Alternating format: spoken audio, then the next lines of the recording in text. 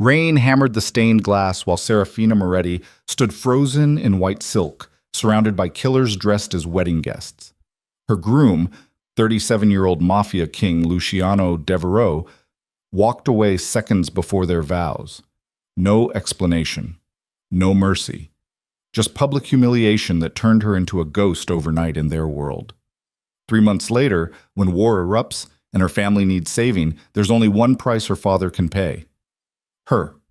Again, married to the man who destroyed her reputation, trapped in his fortress, and slowly discovering the terrifying truth. He didn't reject her because he hated her. He rejected her because loving her could get them both killed. If you're watching this story unfold, hit that like button and drop a comment telling me what city you're tuning in from. I want to see how far Serafina and Luciano's story travels across the world. The rain outside St. Verona Cathedral sounded like gunfire against the stained glass. Serafina Moretti stood perfectly still in the sacristy, her wedding gown weighing on her shoulders like a funeral shroud sewn from her family's expectations. 22 years old, and she already felt ancient. The dress had belonged to her grandmother, then her mother, then been altered to fit her frame. Each generation of Moretti women passing down the same suffocating legacy. Through the heavy wooden doors, she could hear the murmur of 200 guests filling the pews. Crime families from Boston to Miami had flown in for this. Politicians who took bribes sat beside federal judges who looked the other way. Businessmen whose empires were built on blood money straightened their ties and pretended this was a normal Saturday wedding. Her father appeared in the doorway, his face carved from stone and expensive cologne. Dante Moretti had built the family empire through 3 decades of strategic violence and careful alliances. This marriage was his masterpiece. "You ready?" he asked, though it wasn't really a question. Serafina's hands trembled as she adjusted her veil. "Does it matter? You know what this means for us." His voice carried the weight of every conversation they'd had since she turned 18, every reminder that she wasn't just his daughter, she was an asset, a bridge between dynasties. Luciano Devereaux controls Chicago. He's untouchable. With this alliance, we expand west without a war. She wanted to scream that she didn't care about expansion or territories or anything except the fact that she was about to marry a man she'd only met twice. Both times, Luciano had looked at her like she was a contract waiting to be signed. "He's 15 years older than me," she said quietly. "He's powerful. That's what matters." Her father stepped closer, his expression softening just slightly. "You'll learn to be happy, Sarah. Your mother did." That was supposed to be comforting. It felt like a threat. The music started. Some classical piece that sounded like mourning dressed up as celebration. Her father offered his arm. Serafina took it because there was no other choice, and together they walked through the doors into a cathedral that smelled like expensive flowers and hidden weapons. Every eye turned toward her. She recognized faces from news reports about organized crime, men who smiled at her while their hands rested near concealed guns. Women draped in diamonds that probably cost more than most people's houses, watching her with a mixture of envy and pity. At the front of the cathedral, standing beneath an arch of white roses that must have cost a fortune, was Luciano Devereaux. Tall, broad-shouldered, dressed in a black suit that looked like it had been tailored by someone who understood how to make danger look elegant. His dark hair was swept back, revealing a face that could have been handsome if it wasn't so terrifyingly cold. He didn't smile as she approached, didn't show any emotion at all. Serafina's heart hammered in her chest. Her father released her arm at the altar steps, kissing her forehead in a rare display of affection that felt more like goodbye than blessing. Then she was standing beside Luciano, close enough to smell his cologne, something dark and expensive that matched everything else about him. The officiant began speaking in a voice that echoed through the cathedral like a eulogy. Serafina barely heard the words. Her entire body felt numb. She kept stealing glances at Luciano, searching for any hint of what he was thinking, but his expression remained unreadable, a mask carved from marble. "Do you, Luciano Salvatore Devereaux, take Serafina Rose Moretti to be your lawfully wedded wife?" The silence that followed stretched too long. Serafina's breath caught. Luciano turned to look at her fully for the first time since she'd walked down the aisle. His eyes were dark, almost black in the dim cathedral light, and something flickered behind them that looked dangerously close to panic. No!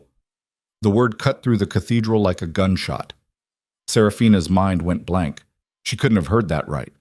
Around them, the murmur of confused whispers began rising like floodwater. "I don't," Luciano said, louder this time, his voice steady despite the chaos he was unleashing. He took a step back from the altar. "I can't do this." The officiant looked like he'd forgotten how to breathe. "I'm sorry?" "You heard me." Luciano's jaw tightened. He didn't look at Serafina again, didn't offer an explanation, just turned and walked down the altar steps with the kind of certainty that came from a lifetime of making decisions that destroyed people. Serafina stood frozen in place, the world tilting sideways. 200 guests erupted into shocked conversation. Her father shot to his feet, his face turning purple with rage. Men in expensive suits were already reaching for phones, spreading the news like wildfire. Women leaned toward each other, whispering behind manicured hands. He left her at the altar, in front of everyone. "She's ruined." The words crashed over Serafina in waves. Her vision blurred. Her hands shook so badly she had to clutch her bouquet just to keep from dropping it. The humiliation felt physical, like someone had ripped her chest open in front of a room full of predators. Luciano was already halfway down the aisle, moving through the chaos without looking back. Something inside Serafina snapped. She gathered the heavy layers of her dress and ran after him, her heels clicking against marble floors. People tried to stop her. Her father shouted her name. Bridesmaids reached for her arms, but she shoved past all of them, focused entirely on the man who had just destroyed her entire life in front of the most dangerous people on the East Coast. She caught up with him in the sacristy, a small room behind the altar where officiants prepared for ceremonies. Luciano had his back to her, one hand braced against the wall like he was trying to hold himself upright. "What the hell was that?" Serafina's voice came out raw, shaking with fury and humiliation. Luciano didn't turn around. "Go back to your father." "Are you insane?" She'd slammed the door behind her, not caring who heard. "You just humiliated me in front of every major crime family in the country." "I know." "Then why?" She moved closer, her hands clenched into fists at her sides. "You agreed to this marriage. You negotiated the terms with my father for 6 months. You sent engagement gifts. You acted like this was exactly what you wanted. And then you walk away without even an explanation?" Luciano finally turned to face her, and for the first time she saw something crack in that carefully controlled exterior. His jaw was tight, his hands were shaking slightly, his eyes looked haunted. "You don't want to marry me, Serafina. That's not your decision to make." "Yes, it is." His voice was quiet but sharp as broken glass. "You have no idea what you're agreeing to, what my life is, what being my wife means." "I know exactly what it means," she shot back. "I was raised in this world too. My father runs half the East Coast. You think I don't understand violence and danger? Understanding it and living with me are different things." Luciano took a step toward her, his expression darkening. "Men like me don't get happy endings. We get blood and paranoia, and everyone we love turned into weapons against us." The word love hung in the air between them like something forbidden. Serafina stared at him, her anger momentarily frozen by confusion. "What are you talking about?" Luciano's jaw worked like he was physically fighting against the words trying to escape. When he finally spoke, his voice was barely above a whisper. "I'm terrified of you." She laughed bitterly. "That makes no sense." "I know." He ran a hand through his hair, destroying its perfect style. "But it's the truth. I've spent 15 years building an empire. I've survived assassination attempts, federal investigations, rival syndicates trying to tear me apart. I've done things that would make you sick if you knew the details. And none of it scared me as much as standing up there and realizing that marrying you means giving my enemies the most dangerous weapon they could ever have against me." Understanding crashed over her like ice water. "You think someone will hurt me to get to you," she said slowly. "I don't think it. I know it." Luciano's hands clenched into fists at his sides. "My mother died when I was 17, tortured to death in a warehouse by men who wanted to destroy my father. They kept her alive for 3 days while they sent him recordings of her screaming. He gave them everything they wanted: territory, money, alliances, and they killed her anyway just to prove they could. Serafina's breath caught. Luciano, shoo. He loved her too much, Luciano continued, his voice hollow. That's what made her a target. And after she died, he became a ghost. Just went through the motions of running the organization until someone finally put a bullet in his head 5 years later. Love destroyed him, Serafina. It made him weak, made him vulnerable, made him human in a world where being human gets you killed. So you decided to never let anyone close, she said quietly. I decided to survive. His eyes met hers, and the pain in them was devastating. And then your father proposed this marriage, and I thought I could handle it. Thought I could keep it purely strategic, just a business arrangement. But then I met you, and... He stopped himself, jaw clenching. And what? And I realized I was lying to myself. The confession came out like he was ripping it from his chest. Because every time I looked at you, I didn't see a business arrangement. I saw someone who could destroy me worse than any enemy I've ever faced. Someone I could actually care about. And that's a weakness I can't afford. Serafina's hands were trembling. Part of her wanted to feel sympathy for him, to understand the trauma that had shaped him into this paranoid, emotionally locked fortress of a man. But the larger part of her was still drowning in humiliation and fury. So instead of talking to me about this, she said slowly, her voice shaking, instead of being honest before we got to the altar, you decided to publicly destroy my reputation in front of everyone who matters in our world. Luciano flinched like she'd slapped him. Do you have any idea what you've done to me? Serafina took a step closer, her eyes burning. I'm not just humiliated. I'm ruined. In our world, a woman abandoned at the altar becomes untouchable overnight. No alliances, no respect, just whispers and pity, and people treating me like I'm cursed. I know. Oh, you don't know anything, her voice cracked. You get to walk away and still be the powerful Luciano Devereaux. You get to go back to your empire and your reputation stays intact. But me? I become a cautionary tale. The girl who wasn't good enough. The bride who got rejected in front of everyone. I'll spend the rest of my life being defined by this moment. Luciano looked like he wanted to say something, but no words came out. Serafina felt tears burning behind her eyes, but she refused to let them fall. Not here. Not in front of him. You want to know what I think? What? I think you're a coward. She said it quietly, but each word landed like a blade. You've spent 15 years building this reputation as someone untouchable and terrifying, but the truth is you're just scared. Scared of feeling anything. Scared of being vulnerable. Scared of taking the kind of risk that actually matters. You hide behind power and violence because you're too afraid to be human. The words hit him harder than any weapon could have. She saw it in his eyes, the way something inside him crumbled just for a second before the walls slammed back up. You're right, he said finally. I am a coward. Serafina hadn't expected him to admit it. The confirmation somehow made everything worse. Then we're done here. She turned toward the door, her dress dragging behind her like a train of shattered expectations. Serafina, don't! She stopped with her hand on the doorknob, not looking back. Don't apologize. Don't explain. Don't make this about your trauma. You made your choice. Now live with it. She walked out of the sacristy and back into the cathedral, where 200 guests had already started leaving, their phones out, spreading the story across every criminal network in the country. Her father was arguing with someone near the altar. Her mother looked like she'd aged a decade in the last 10 minutes. Serafina walked past all of them, head held high despite the stares and whispers following her like ghosts. She made it to the waiting car outside before her composure finally shattered, collapsed into the back seat, let the driver take her home while rain hammered against the windows, and her entire future dissolved into nothing. Behind her, inside the cathedral, Luciano Devereaux stood alone in the sacristy, staring at the door she'd walked through. He'd just made the biggest mistake of his life, and he knew it. 3 months later, Serafina's life had become a slow death by social execution. She barely left the family estate anymore. Not because anyone stopped her, but because every time she tried to reclaim any piece of normalcy, the world reminded her exactly what she'd become. Invitations to events stopped arriving. Allies her father had cultivated for decades suddenly became too busy to meet.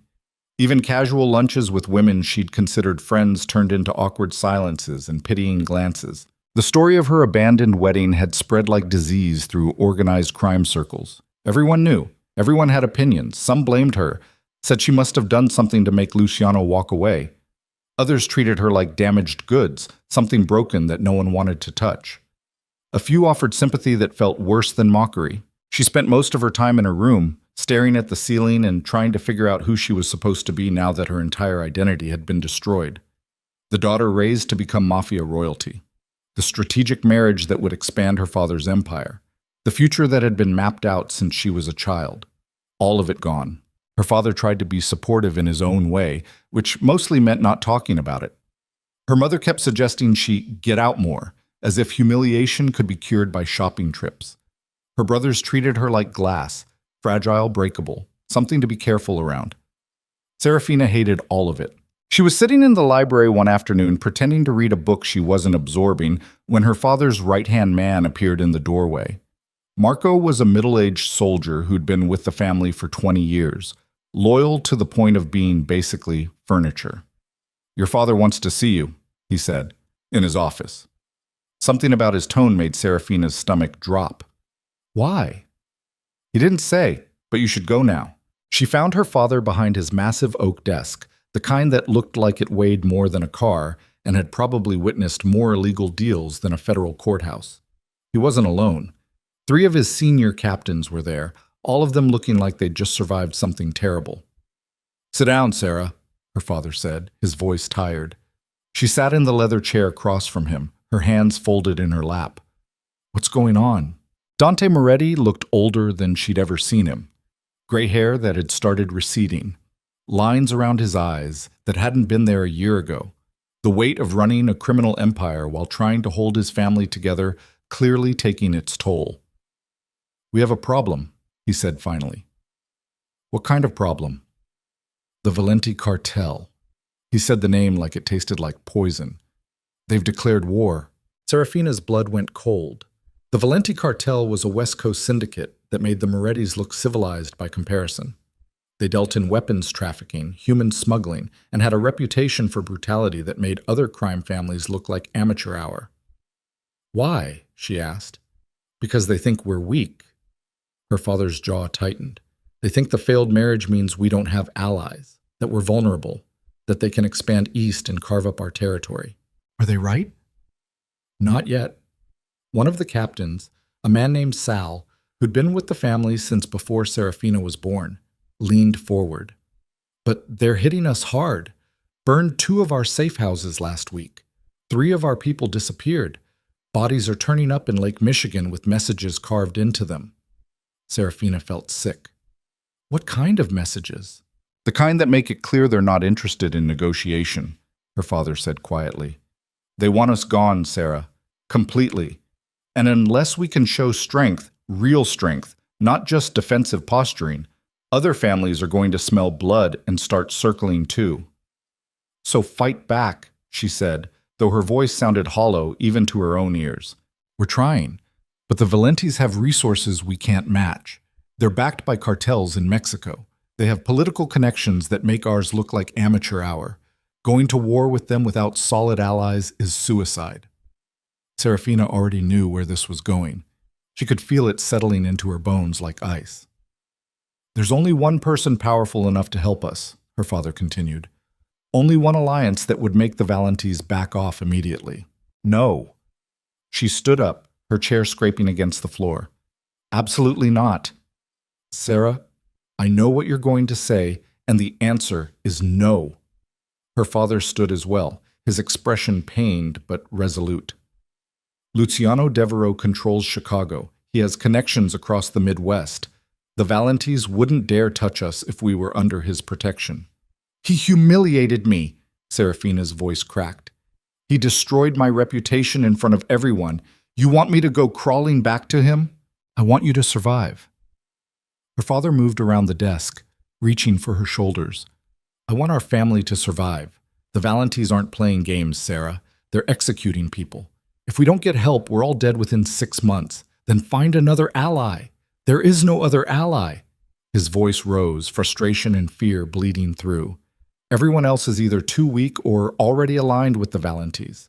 Luciano is our only option. Serafina pulled away from him, her eyes burning. So what's the plan? You're just going to call him up and ask for help? What makes you think he'll even answer?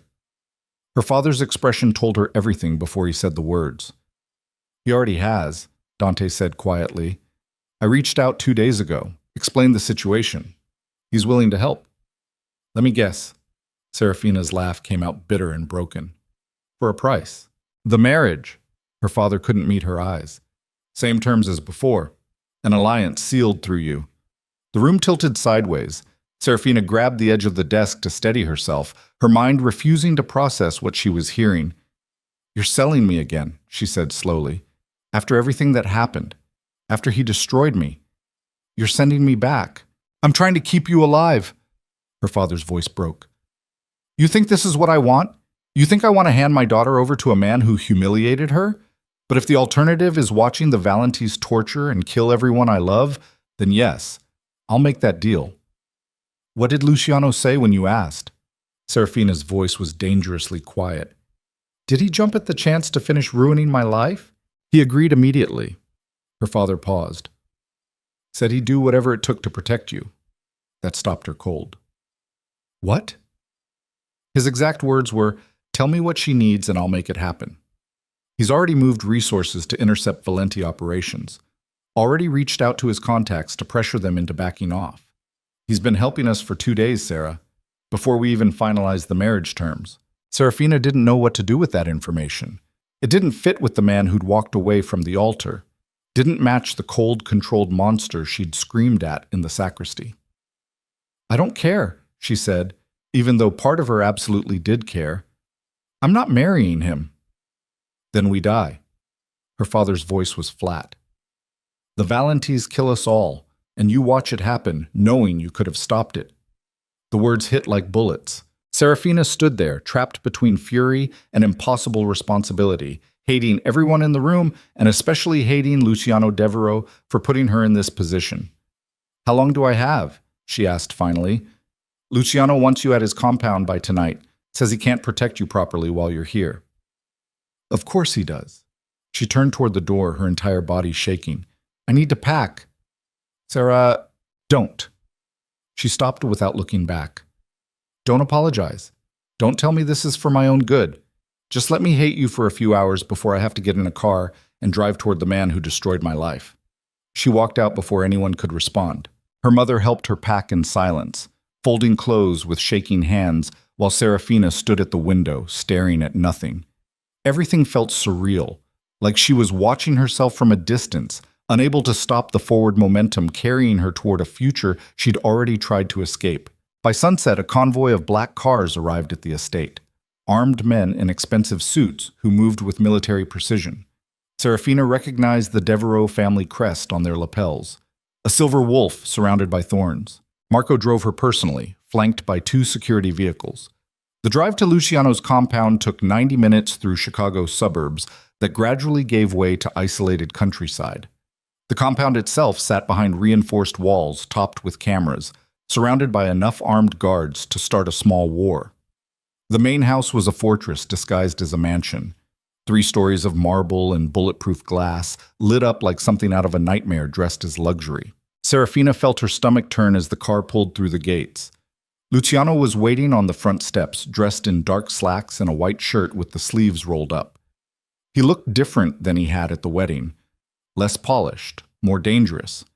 Like he'd stopped pretending to be civilized. The car stopped. Marco opened her door. Serafina stepped out into the cool evening air, her overnight bag in hand, and met Luciano's eyes across the driveway. Hello, Serafina, he said quietly. She didn't respond, just stared at him with all the fury and exhaustion of the last 3 months burning in her chest. Luciano's jaw tightened. I know you don't want to be here. Congratulations, you figured that out all by yourself. But you're safe now. The Valentis won't touch you while you're under my protection. How generous. She walked past him toward the front door, refusing to let him see how much her hands were shaking. Where am I sleeping? I'll show you. He fell into step beside her, close enough that she could smell his cologne. the same dark, expensive scent from the wedding that made her want to scream. "We should talk." "Ish." "No." She stopped in the massive foyer, surrounded by marble floors and armed men pretending not to stare. "We're not doing this.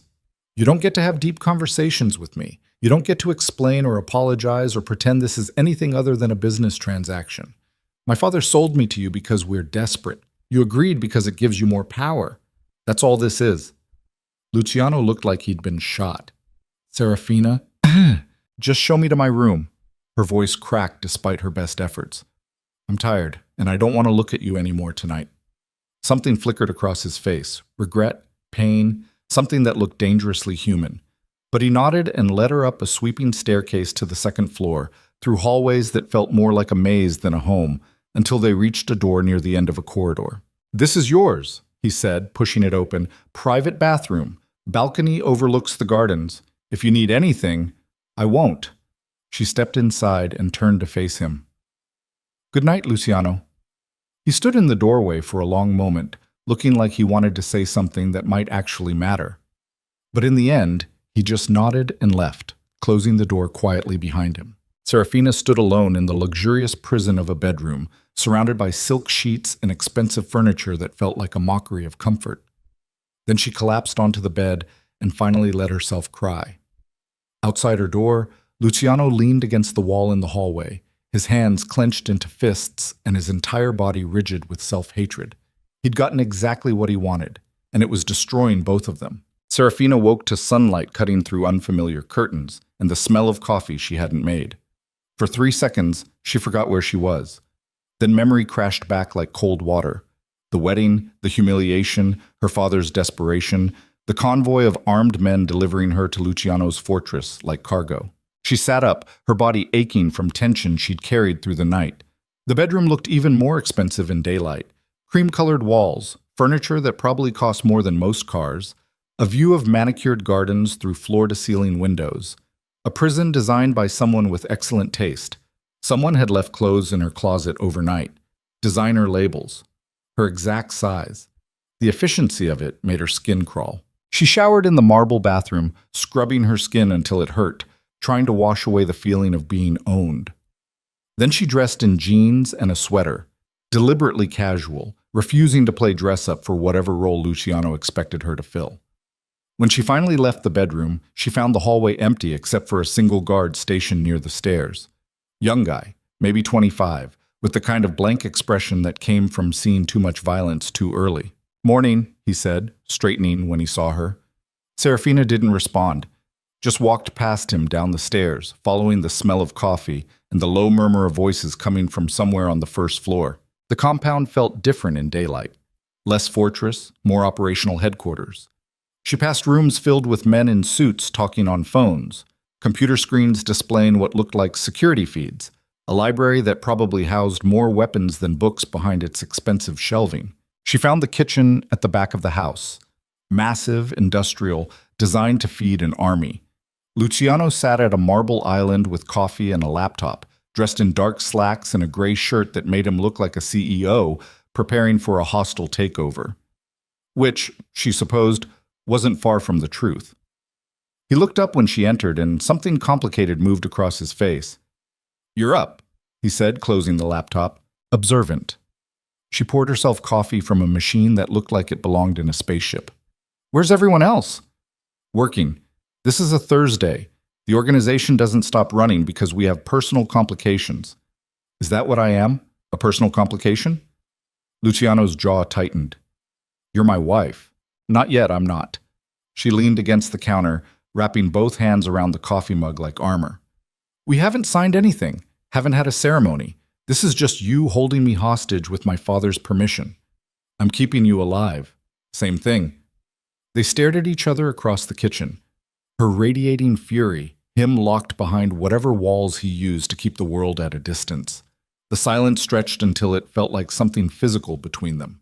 "We need to talk about the wedding," Luciano said finally. "No, we don't." "Serafina, I don't want your explanations." She set the mug down harder than necessary.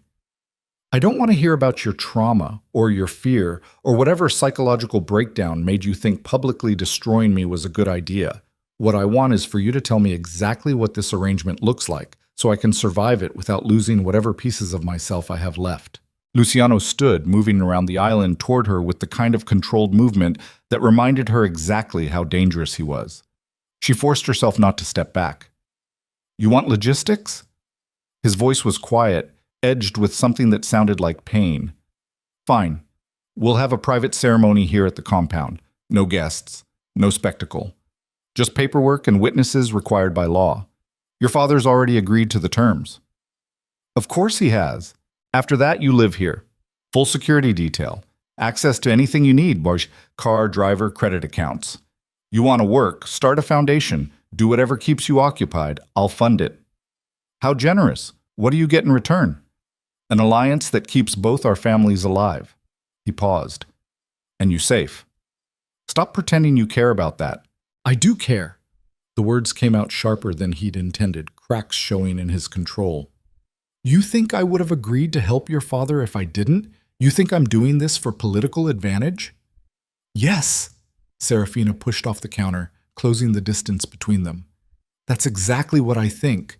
Because that's all you've ever cared about.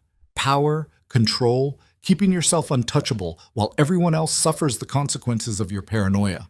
You don't know anything about my life. Then tell me." She shoved his chest with both hands, hard enough to make him take a step back. "Stop hiding behind this cold, calculated monster routine and actually be honest with me for once." Luciano grabbed her wrists, not hard enough to hurt but firm enough to stop her.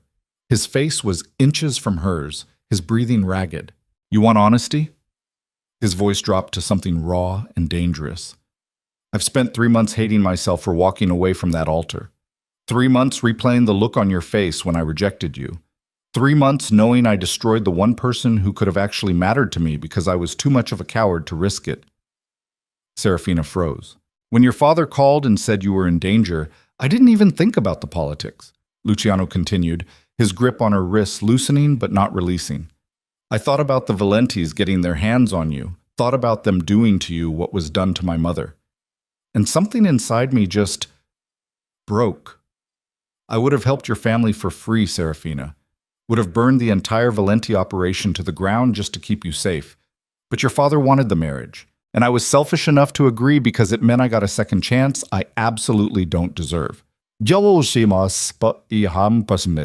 She stared at him, her pulse hammering in her throat. "That doesn't change what you did to me." "I know." He released her wrists, stepping back like she'd burned him. "I know it doesn't. And I'm not asking you to forgive me. I'm just asking you to let me try to protect you while we figure out how to survive this arrangement without destroying each other completely." Serafina's hands were shaking. She shoved them into her pockets, refusing to let him see how much his words had affected her. "Fine," she said, her voice hollow. "We do the ceremony. We play house for the cameras. We maintain the alliance. But don't expect me to pretend this is anything more than a transaction. Don't expect me to smile and play the devoted wife while you keep your emotional walls up and pretend you're doing me some kind of favor." Luciano nodded slowly, his expression unreadable again. "Understood. Good." She turned to leave, then stopped. "One more thing. I want access to everything. Security reports, financial records, meetings with your captains. If I'm going to be trapped in this marriage, I'm not going to be kept in the dark like some decorative liability. You want operational information? I want to understand what I'm part of. My father never let me into his meetings, treated me like I was too delicate for the business. But I'm not stupid, Luciano. I grew up in this world. I understand strategy and violence and how power works. So either treat me like an equal partner in this arrangement, or admit you're just like every other man who thinks women are only useful for alliances and heirs." Something shifted in Luciano's expression. Surprise, maybe, or the beginning of respect. "All right," he said after a long pause. "You want in, you're in. But understand that means seeing things that'll give you nightmares. Things I can't protect you from once you know them. I'll take my chances." He studied her for another moment, then nodded. "There's a meeting with my senior captains in an hour. Conference room on the second floor. You're welcome to attend." Serafina didn't thank him. Just walked out of the kitchen with her coffee, feeling his eyes on her back until she disappeared around the corner. Just sit. The conference room looked like something from a corporate headquarters. Long table, leather chairs, screens on the walls displaying maps and data. But the men filling those chairs were anything but corporate. These were Luciano's inner circle. Career criminals dressed in expensive suits, faces scarred from decades of violence, eyes that assessed her like she was a potential threat. She recognized a few of them from her father's world. Vincent Carbone, an older man with silver hair and a reputation for cruelty disguised as charm. Marco Russo, younger, built like a boxer, known for solving problems with his fists before his brain. Tommy Chen, quiet and calculating, the kind of strategist who planned executions like chess moves. They all stood when she entered the room. Luciano was already there, standing at the head of the table. "Gentlemen, this is Serafina Moretti. She'll be joining our meetings going forward." Vincent's smile didn't reach his eyes. The bride. How lovely. "Careful, Vincent." Luciano's voice was soft, but carried enough weight to make the older man's smile falter. "Serafina is here in an advisory capacity. You'll treat her with the same respect you show me." The room went very quiet. Serafina took an empty chair near the middle of the table, forcing herself to appear calm despite every instinct screaming that she didn't belong here. These men had killed people, probably more people than she could count, and now she was sitting among them like this was normal.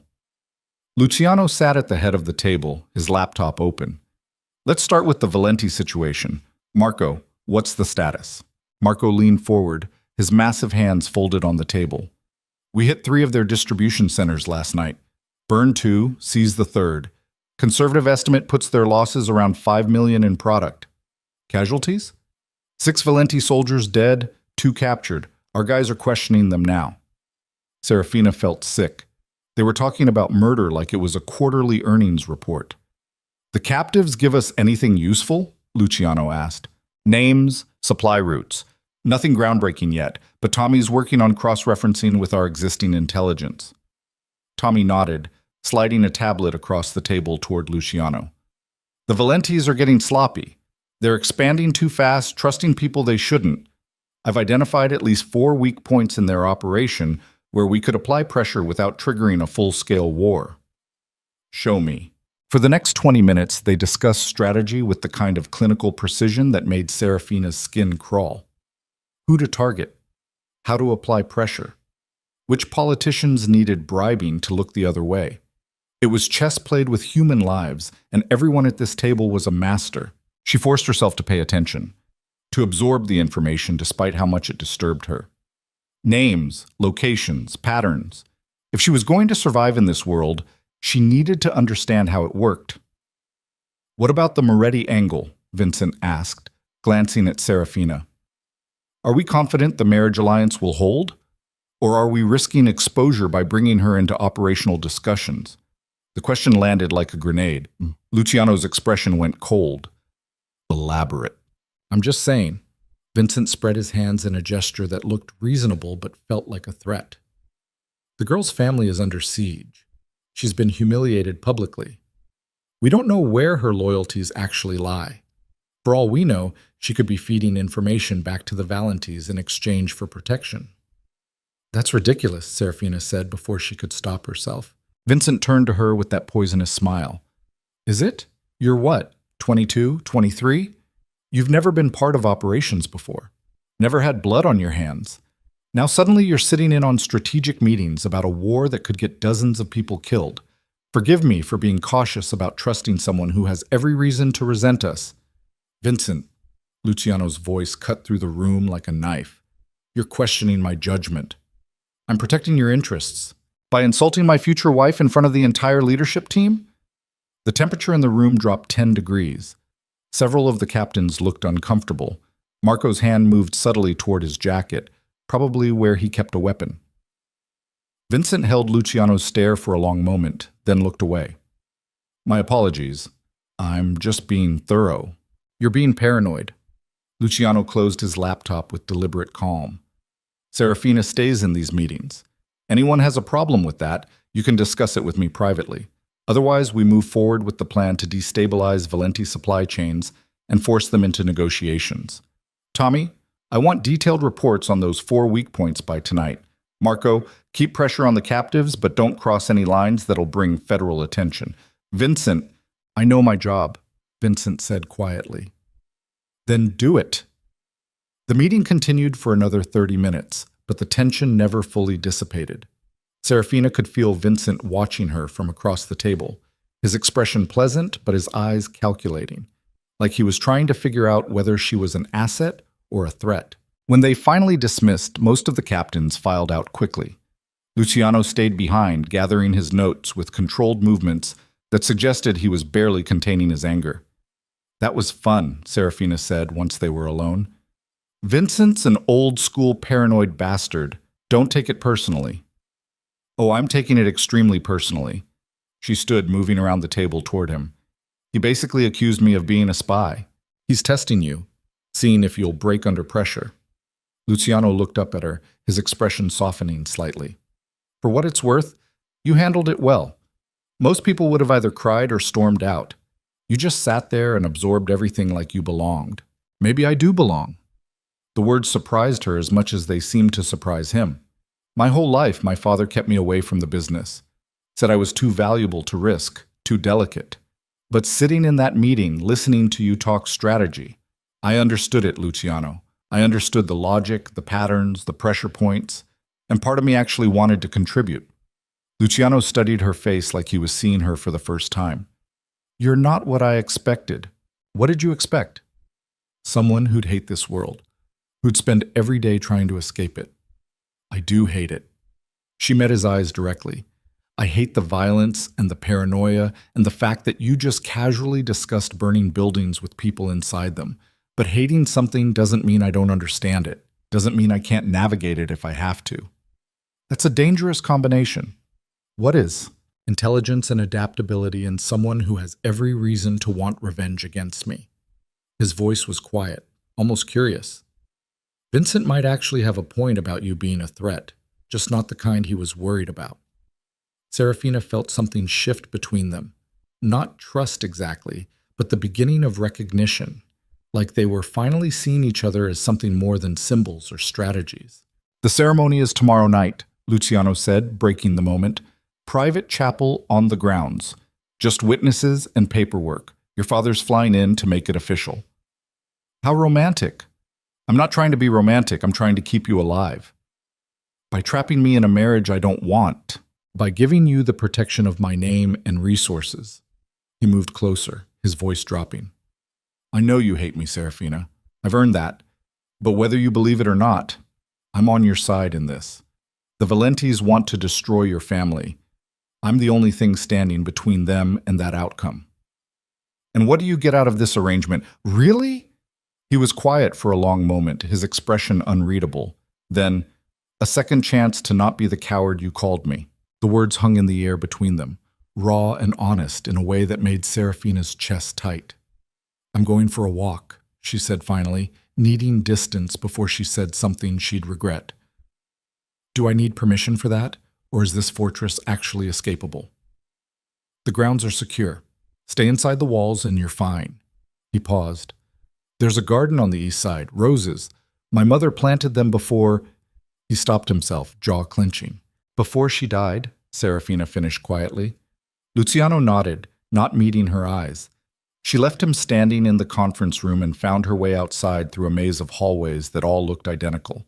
The compound grounds were expansive, perfectly maintained lawns, sculpted hedges, walking paths that wound between gardens designed with the kind of care that suggested someone had once loved this place. She found the rose garden tucked behind a stone wall covered in ivy.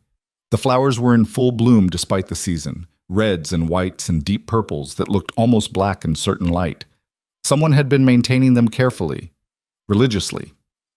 She was standing in the middle of the garden, surrounded by thorns and beauty, when she heard footsteps on gravel. Not Luciano's controlled walk. Something heavier, more deliberate. She turned to find Vincent Carbone approaching, his hands in his pockets, that pleasant smile still plastered across his face. Lovely spot, he said, stopping a few feet away. Luciano's mother used to spend hours out here, before the unfortunate incident. What do you want, Vincent? Just to have a conversation without an audience. He glanced around the garden, like he was appreciating the view. You're in a complicated position, Serafina. I'm sure you realize that. Is this where you threaten me? Threaten? He laughed, all charm and poison. I'm trying to help you. You've been thrown into a world you don't understand, married to a man with a very particular set of weaknesses. I'm simply offering perspective. What perspective? That Luciano is not as strong as he appears. Vincent moved closer, lowering his voice like he was sharing a secret. He's been unstable since the first wedding fell apart, making emotional decisions, letting sentimentality cloud his judgment. Some of us in the organization are concerned that his attachment to you is going to get people killed. Serafina's blood ran cold. What are you suggesting? I'm suggesting that you're either an asset or a liability, and right now you look an awful lot like the latter. His smile never wavered. If you care about survival, yours and your family's, you might want to consider where your loyalties actually lie. Because if Luciano goes down, everyone attached to him goes down too, including you. You're talking about a coup, but I'm talking about insurance. Vincent straightened, adjusting his cufflinks with practiced ease. Think about it, Serafina. You're a smart girl. You understand strategy, and right now you're aligned with a man whose enemies are multiplying while his judgment deteriorates. That's not a stable position. He turned and walked away before she could respond, leaving her standing alone among the roses with her heart hammering and her mind racing. She should tell Luciano, should warn him that one of his most trusted captains was actively undermining him. But something held her back. The memory of Vincent's words about Luciano's instability, the way the other captains had watched their boss during the meeting, the sense that there were currents in this organization she didn't fully understand yet. Instead, she stayed in the garden until the sun started setting, surrounded by flowers planted by a woman who'd been tortured to death for being loved too much. When she finally went back inside, Luciano was waiting in the foyer. There you are. He looked relieved, which surprised her. I was starting to worry. I'm fine, just needed air. He studied her face like he could read something in her expression. You sure? You look shaken. I'm getting married tomorrow to a man who destroyed me 3 months ago, while his organization plots against him and a cartel wants my family dead. Why would I be shaken? Luciano's jaw tightened, but he didn't rise to the bait. Come on, I'll show you the chapel so it's not a complete surprise tomorrow. They walked through the compound in silence, tension coiling between them like a living thing. The chapel was small, tucked into a corner of the estate that felt separate from the operational headquarters energy of the main house. Simple stone architecture, stained glass windows that caught the dying light, wooden pews that looked hand-carved. It was built in the 1930s, Luciano said quietly, back when this place was just a country estate. My grandfather added the security features later. Serafina walked down the short aisle, her footsteps echoing against stone. It was beautiful in a stark, unadorned way, nothing like the massive cathedral where she'd been humiliated. Intimate, almost peaceful. Tomorrow night, she said, not looking at him. We stand here and I become your wife. Yes. And then what? Then I keep you safe, and we figure out how to survive each other. She turned to face him, silhouetted against the stained glass. Do you actually believe that? Or are we both just pretending this has any chance of working? Luciano moved down the aisle toward her, his expression raw in a way she'd never seen before. When he reached her, he stopped close enough that she could see the exhaustion in his eyes, the weight of whatever demons he carried. I don't know, he admitted quietly. I don't know if this can work. I don't know if I'm capable of being the kind of man you deserve.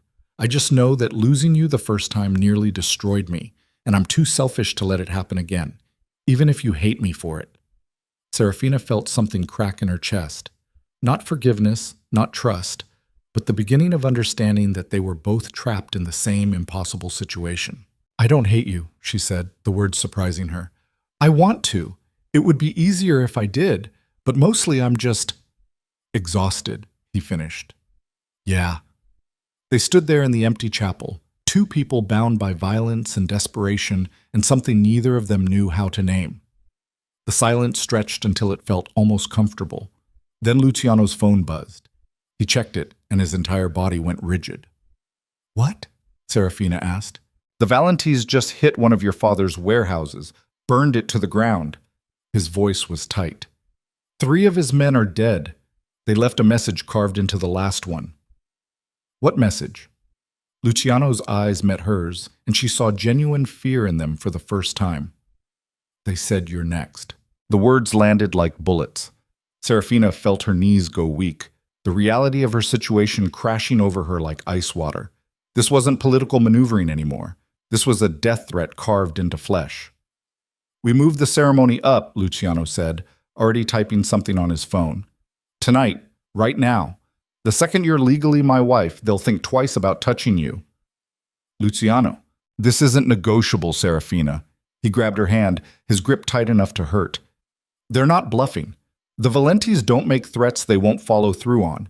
We do this now, or I'm putting you in a bunker until the war is over. Her mind was racing, panic clawing at her throat. My father is already on his way. I called him the second I got the alert.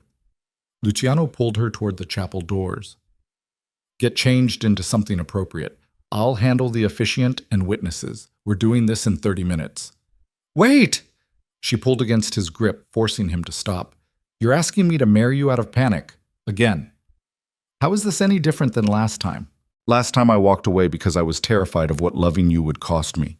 His voice was raw, desperate. This time I'm terrified of what losing you will cost me. That's the difference. Before she could respond, his phone rang. He answered it, listened for 3 seconds, then went pale. What?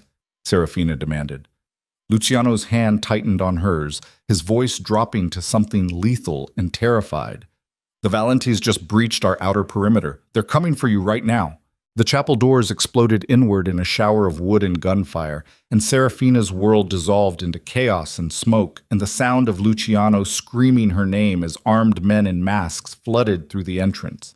Someone grabbed her from behind, a hand clamping over her mouth before she could scream. She saw Luciano reaching for a weapon, saw muzzle flashes lighting up the chapel like lightning, heard him roaring her name as she was dragged backward through a side door she hadn't noticed. The last thing she saw before a bag went over her head was Luciano fighting through a wall of bullets, his face twisted in rage and terror, trying desperately to reach her before she disappeared into darkness. Then the world went black, and Serafina Moretti ceased to exist. Consciousness returned in fragments, pain first, sharp and immediate in her wrists where zip ties cut into skin.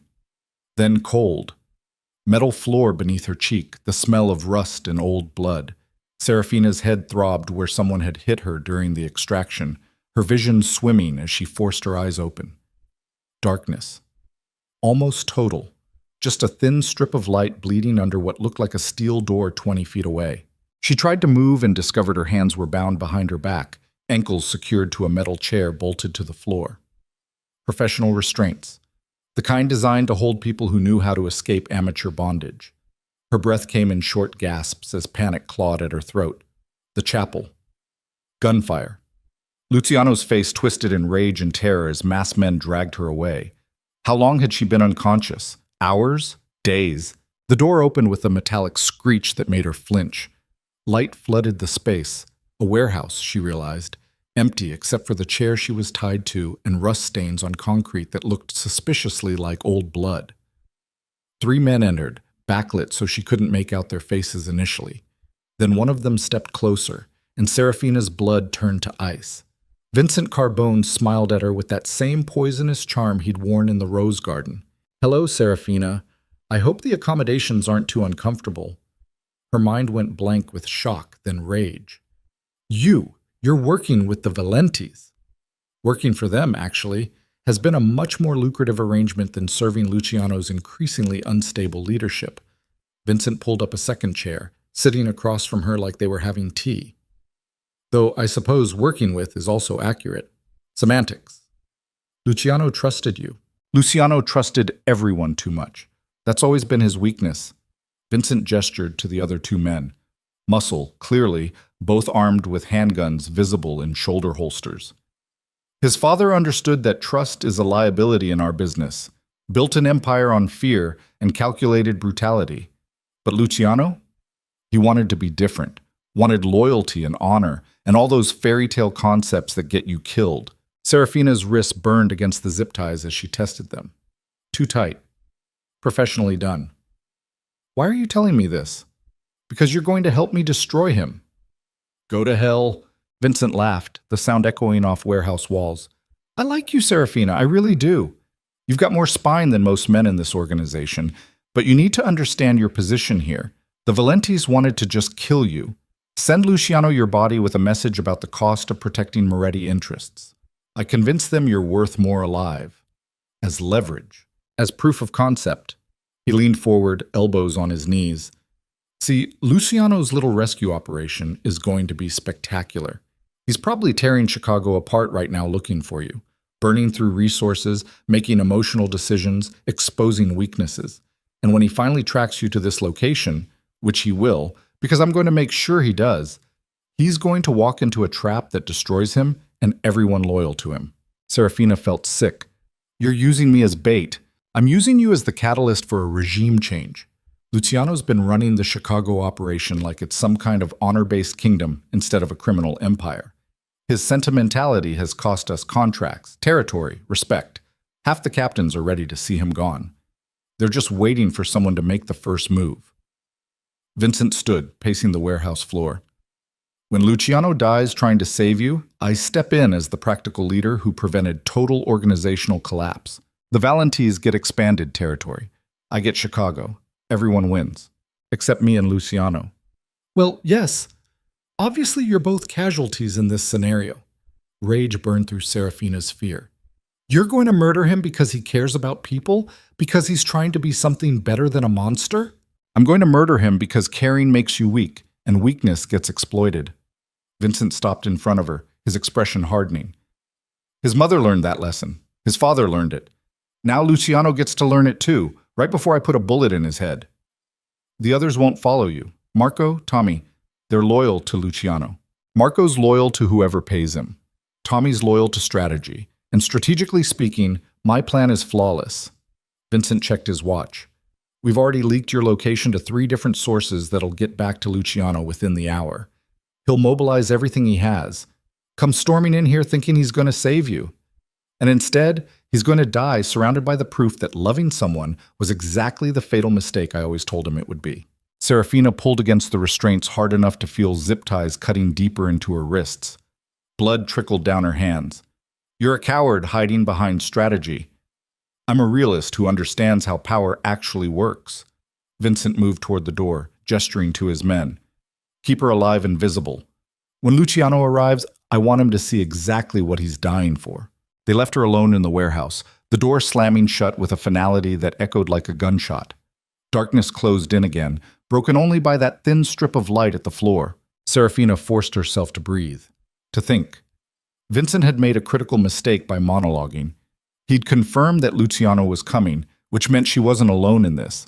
But he'd also confirmed that this was a trap designed specifically to kill the man who destroyed her life, then rebuilt it, then put her in this nightmare situation. She should want Luciano dead, should want him to suffer the way she'd suffered. 3 months ago, she would have celebrated his downfall. But sitting in this warehouse with blood on her wrists and Vincent's poisonous words echoing in her ears, all she could think about was Luciano's face in the chapel, the way he'd screamed her name, the terror in his eyes as armed men dragged her away. He'd been right about one thing. Love got people killed in their world. She tested the chair bolts again, solid, industrial-grade anchoring. The zip ties were cutting circulation to her hands, fingers already going numb. No weapons within reach, no obvious escape routes. Just concrete and rust stains and the growing certainty that she was about to watch Luciano Devereaux die trying to save her.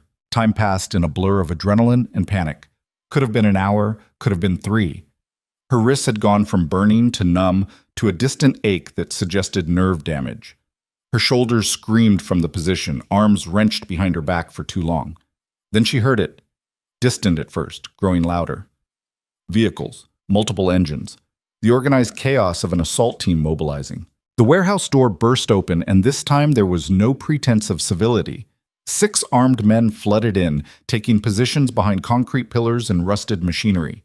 Vincent appeared last, now wearing body armor over his expensive suit, a tactical headset clipped to his ear. He's 5 minutes out, Vincent announced to no one in particular. Full convoy, at least 20 soldiers. He brought the entire inner circle. You want us to take him alive? One of the gunmen asked. No. I want you to execute everyone except Luciano. Make him watch his men die. Then bring him to me. Vincent walked over to Serafina, grabbing her chin roughly to force eye contact. You're going to watch too. Going to see exactly what your value costs. He'll kill you, Serafina said, her voice hoarse. You have no idea what you've unleashed. I know exactly what I've unleashed. A man compromised by emotion, making tactical errors, walking into an ambush because he's too blinded by guilt and attachment to see the obvious trap. Vincent released her face. That's the man I'm killing tonight, the weak version of Luciano Devereaux that you created. The sound of vehicles screeching to a halt outside rattled through the warehouse walls. Doors slamming, shouted orders in clipped military precision. Serafina's heart hammered so hard she could feel it in her throat. Vincent's men took firing positions, weapons trained on the main entrance. Then the warehouse exploded. Not metaphorically, actually exploded. The east wall blew inward in a shower of concrete and rebar, the detonation so loud Serafina's ears immediately started ringing. Smoke and dust filled the space, turning visibility to zero. Through the chaos, she heard gunfire, controlled bursts, professional execution. Someone was screaming orders, but the ringing in her ears made words impossible to distinguish.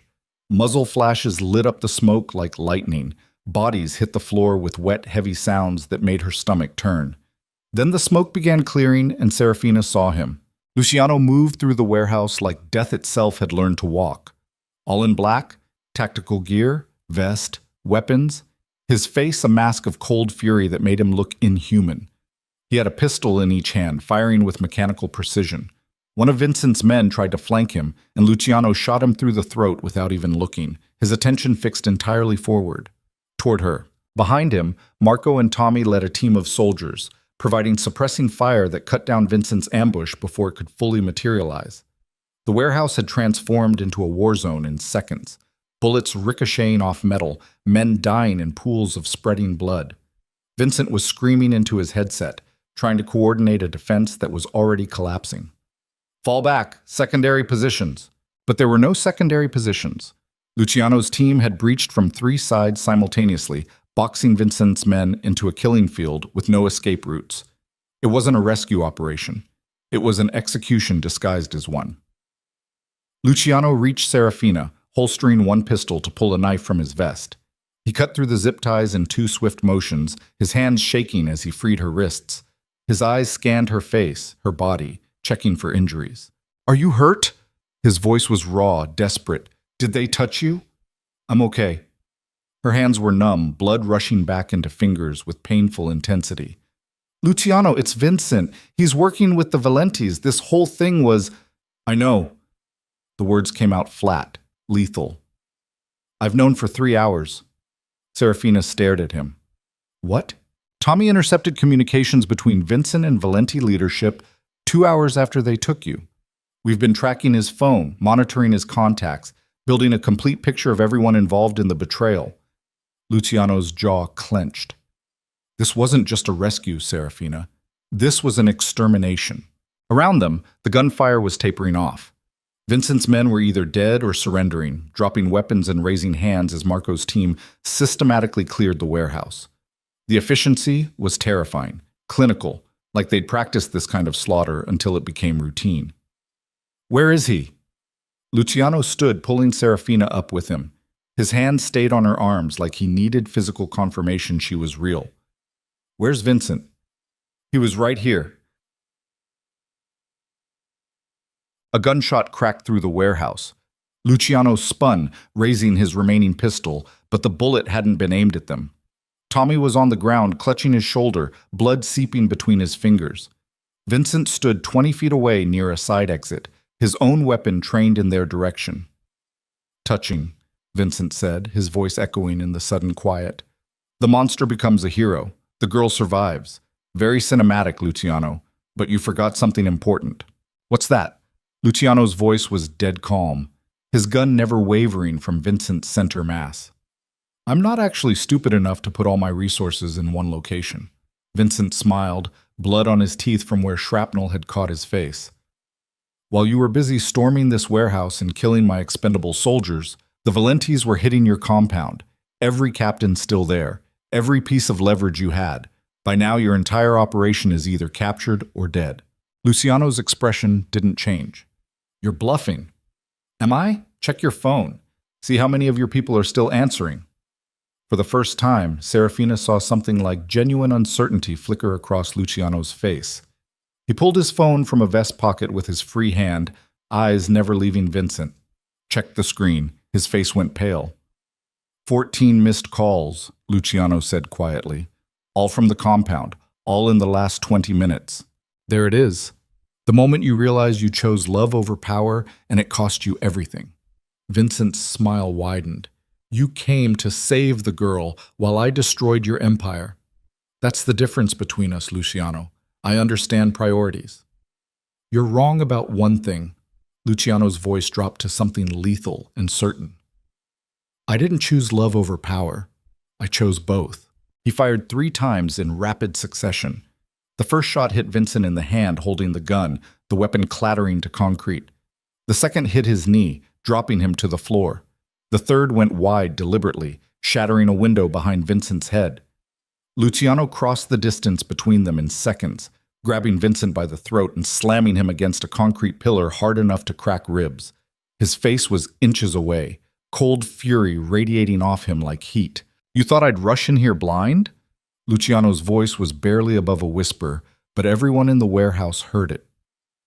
You thought I wouldn't have people watching the compound? Wouldn't have contingencies in place for exactly this kind of betrayal? Vincent's eyes widened. You're lying. Marco, Luciano called without looking away from Vincent's face. Status report on the compound. Marco appeared, clutching his own phone, blood on his vest from a graze wound. The Valenti assault team hit the front gates 20 minutes ago, ran straight into the secondary defense line we positioned yesterday. All hostiles neutralized, 3 of our people injured, none dead.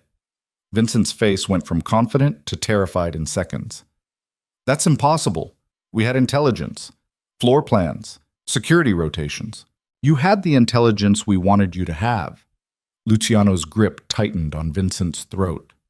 I've known you were compromised for 6 weeks, since you started asking too many questions about my personal security, since you happened to be conveniently absent during 3 separate Valenti attacks. I let you think you were getting away with it because I wanted to know everyone involved, wanted to understand the full scope of the betrayal before I burned it all down. Serafina felt her knees go weak. You knew. This whole time you knew he was planning to kill you. Not just him. 5 other captains, 3 supply chain managers, 2 federal contacts who were feeding information to the Valentis. Luciano finally looked away from Vincent to meet Serafina's eyes. The kidnapping accelerated my timeline. I had to move before the evidence was complete. But yes, I knew. You used me as bait. Her voice came out hollow. You let them take me so you could flesh out everyone involved. No. The word came out sharp, almost desperate. The kidnapping was real, Serafina. Vincent moved early because of the wedding, because he saw you becoming permanent and knew it would make me harder to manipulate. Everything after that was me trying to get you back while simultaneously destroying everyone who took you. Vincent laughed wetly, blood bubbling at his lips. Doesn't matter. You still lose. The Valentis won't stop. They've got backing from 3 Mexican cartels now. Even if you kill me, even if you win tonight, they'll just keep coming until Asao. Luciano slammed Vincent's head against concrete hard enough to cut off the sentence. The Valentis signed a ceasefire agreement 2 hours ago, right around the time their leadership learned that their primary contact in my organization was actually feeding them false information that led to a failed assault on a fortified position. They think you played them, Vincent, set them up to lose soldiers and resources for your own political gain. You're lying. Tommy? Luciano gestured without releasing his grip on Vincent's throat. Show him the documentation. Tommy limped forward, shoulders still bleeding, holding out a tablet with his good hand. On the screen was a contract with official seals, signatures from both Valenti leadership and Luciano's people. The Valentis wanted the war to end, Luciano said quietly. They were bleeding resources, losing soldiers, taking heat from federal investigations. The violence triggered. All they needed was a face-saving way to back down without looking weak. I gave them you, a traitor who manipulated both sides for personal gain. They get to claim they were deceived. I get peace. You get to die knowing everyone thinks you're the villain. Vincent's face twisted with rage and terror. My family. My son is in college. My wife will be relocated under witness protection with generous financial support. Luciano's expression didn't soften. I'm not a monster, Vincent. I don't punish families for the sins of traitors. But you? You get what you earned. He dragged Vincent toward the center of the warehouse where most of the bodies had fallen, forcing him to his knees in a pool of blood. Marco and 3 other soldiers formed a semicircle around them, weapons ready but not raised. This wasn't going to be an execution by committee. This was personal. Serafina, Luciano's voice cut through the warehouse. Come here. She didn't want to move, didn't want to be part of whatever was about to happen, but her feet carried her forward anyway, pulled by something she didn't fully understand. When she reached them, Luciano held out his pistol to her. He tried to have you killed, Luciano said quietly. Used you as bait to destroy everything. You want justice? This is how you take it in our world. Serafina stared at the weapon like it was a snake. I'm not a killer. Neither was I until someone murdered my mother. His eyes met hers, and she saw the weight of every violent thing he'd ever done reflected there. But this world doesn't care about who we want to be, only who we become. Vincent made you a target, made you a pawn. This is your chance to prove you're neither. Her hand closed around the gun before she could stop herself. It was heavier than she expected. Cold. The weight of life and death condensed into 2 pounds of metal. Vincent looked up at her with blood running down his face. You won't do it. You're not built for this. Maybe he was right. Maybe she was still the decorative daughter who'd been kept away from the family business, the abandoned bride who'd spent 3 months being pitied and dismissed, the girl who didn't belong in warehouses full of corpses. Or maybe that girl had died somewhere between the chapel and the kidnapping. Serafina raised the pistol, aiming at Vincent's forehead. Her hand shook. Her finger rested on the trigger. Every instinct screamed at her to drop the weapon and walk away, to prove she was better than the violence consuming everyone around her. But looking at Vincent's smug, manipulative face, remembering how casually he discussed using her death to destroy Luciano, something inside her shifted, hardened, became something she didn't recognize. She lowered the gun. Vincent exhaled in relief. Then she turned to Luciano and held out the weapon. I'm not going to kill him for you. Not because I think he deserves mercy, but because if I pull that trigger, I become exactly what this world wants me to be. A tool for violence. A participant in the cycle that destroyed your mother and nearly destroyed us. Luciano studied her face for a long moment, something complicated moving behind his eyes. Then he took the pistol back, his expression unreadable. You're right, he said quietly. You're better than this. Better than all of us. He turned back to Vincent, raising the weapon. But I'm not. The shot echoed through the warehouse like thunder. Vincent's body crumpled, blood spreading across concrete in a pool that reflected overhead lights like black glass. Marco's team began the cleanup immediately, professional, efficient, like they'd done this 100 times before. Serafina couldn't look away from Vincent's body, couldn't process what she'd just witnessed. She'd been offered the chance to become a killer and had refused. But she'd also stood there and watched while Luciano pulled the trigger without hesitation, had let him execute someone on her behalf. What did that make her? Luciano holstered the pistol and turned to Marco. I want every asset Vincent controlled audited within 12 hours. Anyone showing signs of compromise gets isolated and questioned. Anyone confirmed as working with the Valentis disappears. Clean sweep. Understood. And get Tommy to medical. I need him functional for the council meeting tomorrow night. What council meeting? Tommy asked through gritted teeth, still clutching his bleeding shoulder. The one where we consolidate power and make it very clear what happens to traitors. Luciano's voice was cold, controlled. The man who'd panicked in the chapel completely replaced by the calculated crime lord. Every family on the East Coast is going to hear about Vincent's betrayal, about the Valenti ceasefire, about how anyone who thought the Devereaux organization was weakening just watched us crush an internal coup and a cartel assault simultaneously. Serafina felt herself swaying, exhaustion and shock catching up with her body.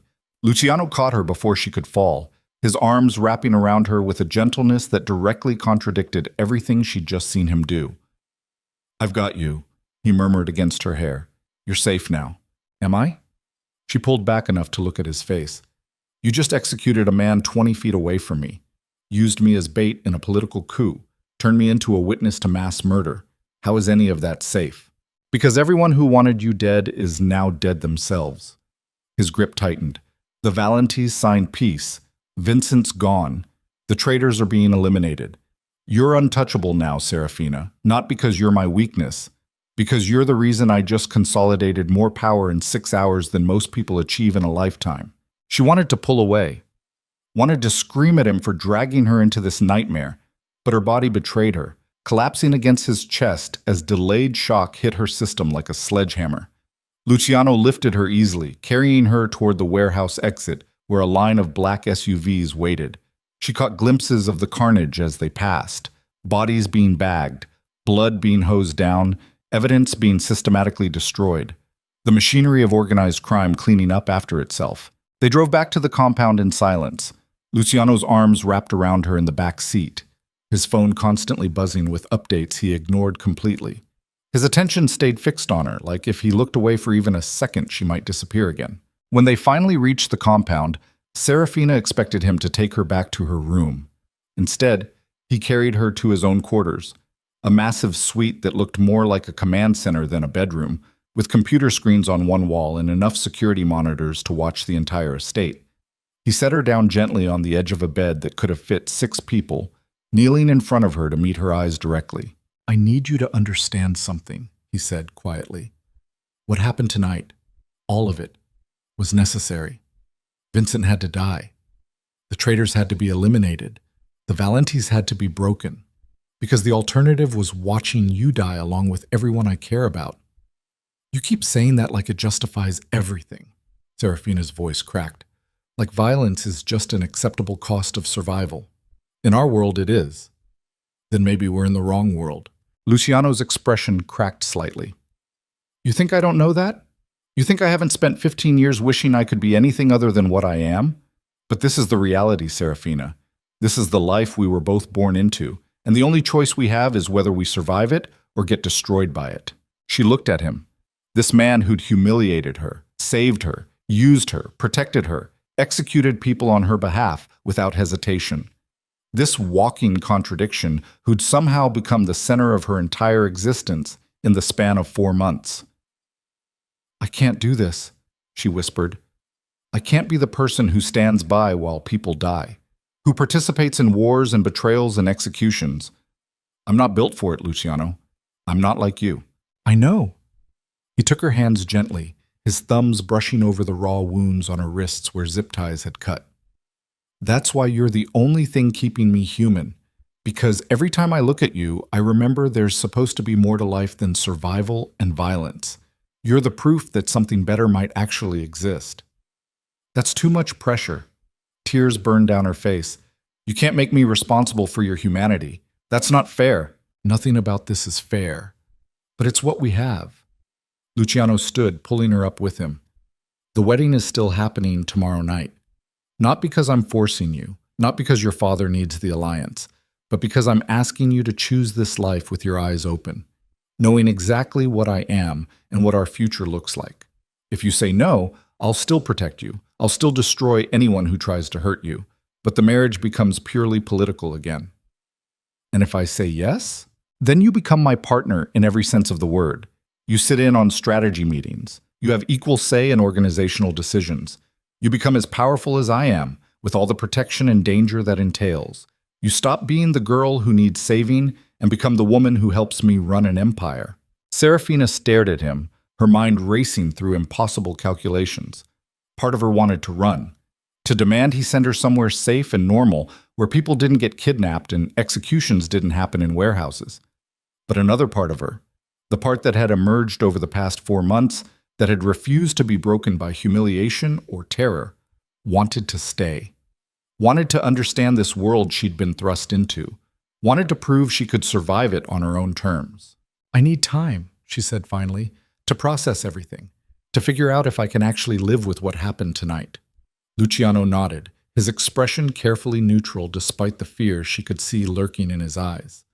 "The ceremony is tomorrow at 8. If you show up, I know your answer. If you don't, I'll understand." He started to leave, giving her space. Luciano. He stopped at the door, not turning around. Vincent was right about one thing, Serafina said quietly. Loving someone in your world is a weapon that gets used against you. Your mother proved that. Tonight proved it. How are we supposed to build anything real when every enemy you have will try to use me to destroy you? Luciano was quiet for a long moment. When he finally spoke, his voice was raw with something she'd never heard from him before. We become so powerful that using you against me becomes a death sentence anyone with self-preservation instincts avoids. We build something so terrifying and absolute that even thinking about hurting you is enough to get someone erased.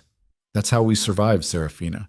Not by hiding our weaknesses, by making our weakness into the most dangerous weapon anyone's ever seen. Then he left, closing the door quietly behind him. Serafina sat alone in his bedroom, surrounded by computer monitors showing security feeds of a compound fortified against the world, staring at a reflection in a darkened screen and trying to recognize the woman looking back.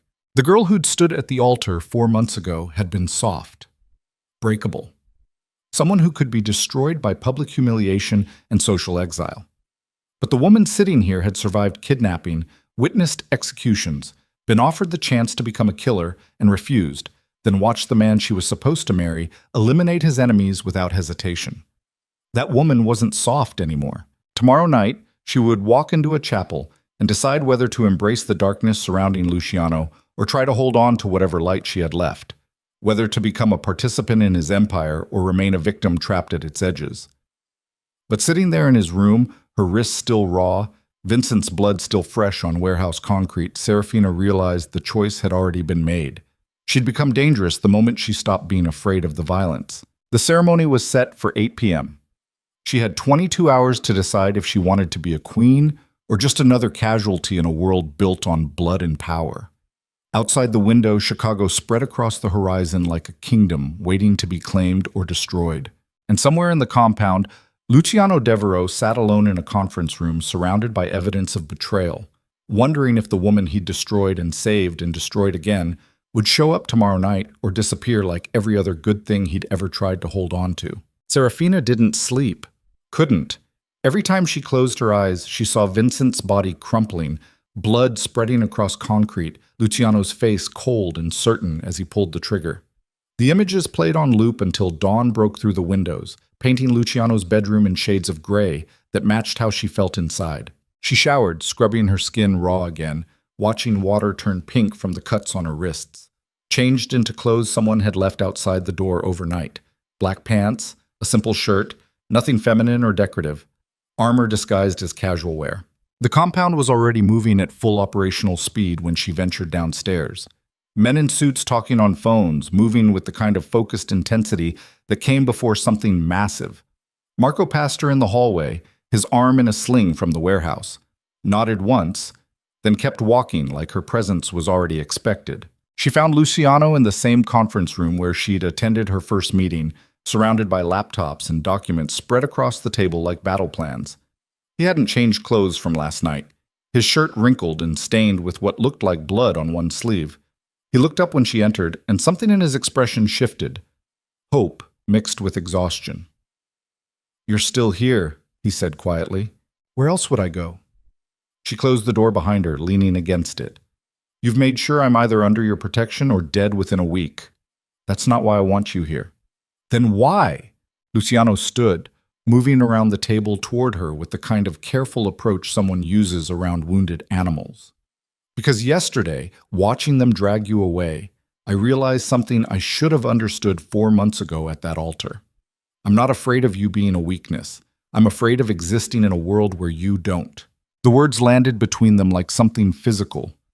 Serafina felt her throat tighten, her carefully constructed walls cracking despite every effort to keep them intact.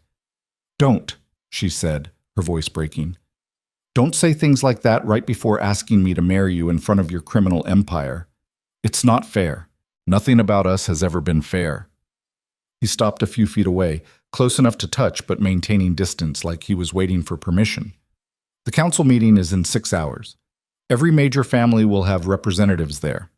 They're expecting to see strength, unity, proof that the Devereaux organization survived the coup attempt stronger than before. And I'm the proof. You're the partner. His jaw tightened. I meant what I said last night. If you walk into that chapel tonight, you're not a trophy or a political asset. You're my equal in every decision that matters. The captains will answer to you the same way they answer to me. The empire becomes ours, Serafina. All of it. She wanted to ask what happened if she said no. Wanted to test whether his protection was conditional or genuine. But looking at his face, exhausted, vulnerable in a way she'd never seen, she realized the answer didn't matter. She'd already made her choice in the warehouse when she'd refused to kill Vincent.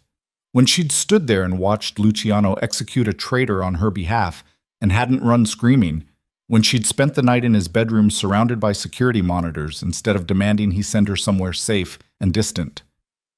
"What time's the ceremony?" she asked. Relief flooded Luciano's expression so completely it was almost painful to witness. 8. Private chapel. Just the officiant and 2 witnesses like before. He paused.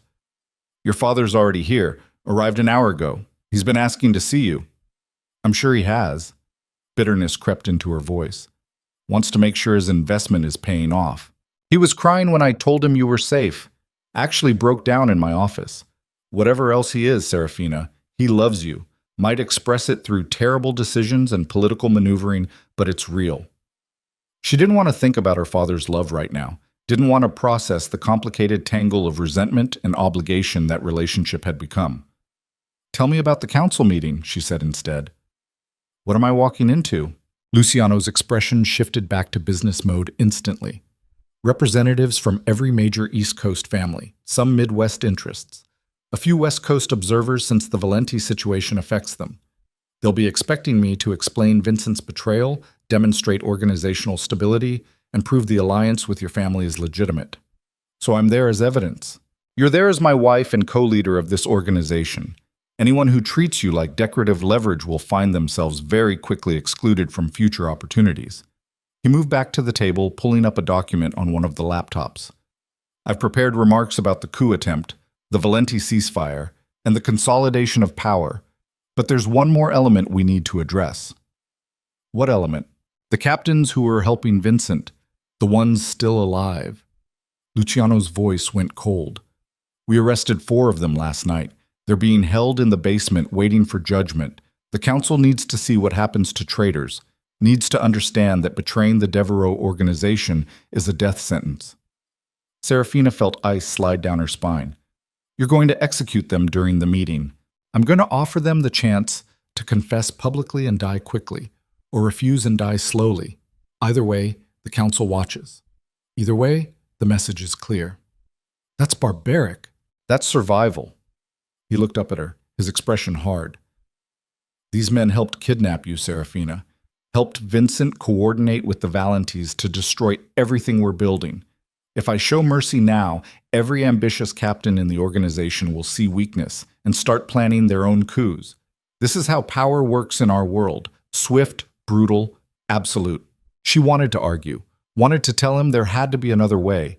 But standing there looking at him, remembering the warehouse, understanding the reality of what she was agreeing to, she realized he was right.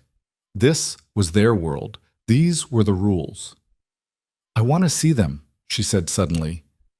Luciano's eyes widened. "The prisoners?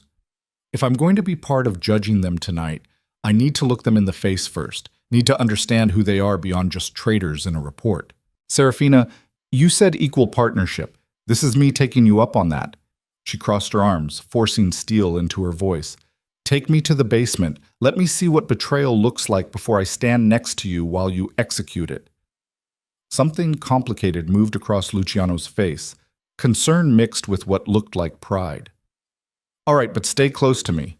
These men know they're dead already. That makes them unpredictable." He led her through the compound's maze of hallways, down 2 flights of stairs into a basement that looked more like a bunker.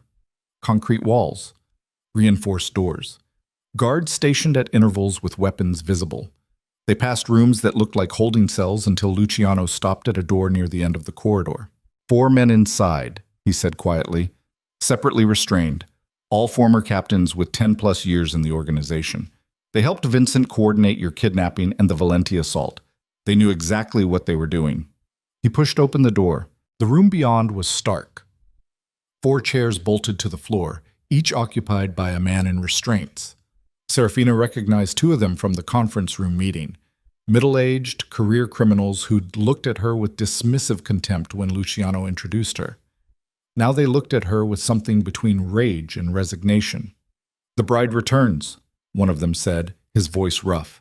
"Come to watch us die?" "Shut up, Marcus." Luciano's voice was cold. "You lost the right to speak when you helped Vincent coordinate an ambush." "We were trying to save the organization from your weakness." Marcus spat blood onto the concrete floor. "You turned this empire into a joke the moment you let sentiment compromise your judgment. Vincent understood that. Understood what your father built and what you were destroying by playing house with a girl young enough to be." Luciano crossed the room in 3 steps and backhanded Marcus hard enough to snap his head sideways.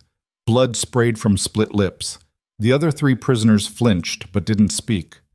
"Try that again," Luciano said quietly, "and I'll make your death last 3 days instead of 3 seconds. Serafina forced herself to step closer, studying each man's face.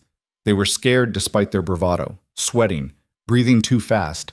Men who'd probably killed dozens of people over their careers, now reduced to prisoners waiting for execution. "Did you know what they were planning to do with me?" she asked Marcus. "After they kidnapped me from the chapel?" Marcus looked at her with open contempt. "You were bait, a tool. Your life or death didn't matter beyond how it affected Luciano's decision-making. That's all you'll ever be in this world, sweetheart, a weakness wrapped in silk." "Wrong answer." Serafina turned to Luciano, her voice steady despite the rage burning in her chest. "He dies last. Make sure he watches the others first." Luciano's expression shifted to something between surprise and dark satisfaction. "You're sure?" "Completely." Marcus started laughing, a wet, desperate sound. "See? She's already becoming one of you. Give it 6 months and she'll be ordering executions like she's picking dinner options. That's what this life does, turns everyone into monsters." "Maybe," Serafina said quietly. "Or maybe I'm just done being treated like I'm too delicate for the reality I'm part of. You wanted to use me as a weapon against Luciano. Now I'm choosing to be a weapon he wields willingly. That's the difference between you and me, Marcus. I'm not a weakness. I'm the reason he became unstoppable." She walked out of the basement before anyone could respond, her hand shaking but her head high. Luciano caught up with her halfway up the stairs, grabbing her arm gently. "Are you all right?" "No?" She pulled away, not from anger, but from needing space to breathe. "I just ordered a man's death, told you to make him suffer. And the worst part is I meant it, Luciano. I actually meant it. He helped arrange your kidnapping, participated in a coup that could have gotten dozens of people killed. Treating him with mercy wouldn't make you noble. It would make you naive." "I know that." Her voice cracked. "That's what terrifies me. 3 months ago, I would have been horrified by everything happening right now. But standing in that room, looking at those men who treated me like disposable leverage, all I felt was cold satisfaction that they're going to die for it. What does that make me?" Luciano cupped her face with both hands, forcing her to meet his eyes. "It makes you someone strong enough to survive in a world that eats weakness alive. It makes you exactly what you need to be to stand beside me tonight in front of every criminal power broker on the East Coast and prove we're untouchable together." "I'm terrified I'm going to lose myself completely." "Then hold on to me."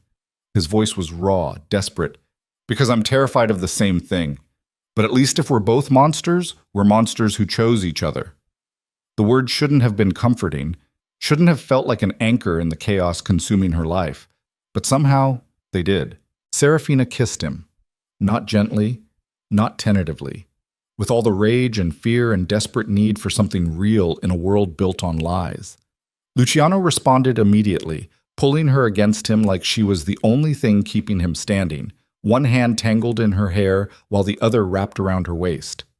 When they finally broke apart, both breathing hard, she could see the same desperate hunger in his eyes that she felt burning in her chest. "The ceremony," she said, her voice hoarse. "Tonight, I'm saying yes. Not because I forgive you for the altar. Not because I think this is healthy or sane or anything close to normal. But because I'd rather be a monster standing beside you than a victim destroyed by refusing to adapt. Serafina took in, but I want something in return." She pressed a finger to his lips, cutting off whatever he was going to say. After tonight, after the council sees us united, and the traitors are executed, and everyone understands what we've become, I want out occasionally. Want the ability to do something that isn't about violence and power. I want to build something that helps people instead of destroying them. A foundation. Programs for women escaping exploitation. Something that proves I haven't completely lost every piece of who I used to be. Luciano studied her face for a long moment, then nodded. Whatever you want. Whatever keeps the best parts of you alive despite everything I'm pulling you into. I'll fund it, protect it, make sure it succeeds. You have my word. Then we have a deal. They spent the next 4 hours preparing for the council meeting like they were planning a military operation. Serafina sat through briefings about every family attending, learning names and faces and political alignments. Luciano walked her through the agenda, explaining when to speak and when to stay silent, how to project strength without arrogance, the subtle power dynamics that governed these gatherings. By the time representatives started arriving, Serafina felt like she'd absorbed an entire education in organized crime politics. The council convened in a massive ballroom that looked like it belonged in a palace. Marble floors, crystal chandeliers, a long table that could seat 50 people. Guards stationed at every entrance. No weapons visible, but everyone knew they were there. Serafina stood beside Luciano at the head of the table, watching as men and women in expensive suits filed in. She recognized some faces from her father's world. Others were strangers whose reputations arrived before they did. Killers disguised as business people.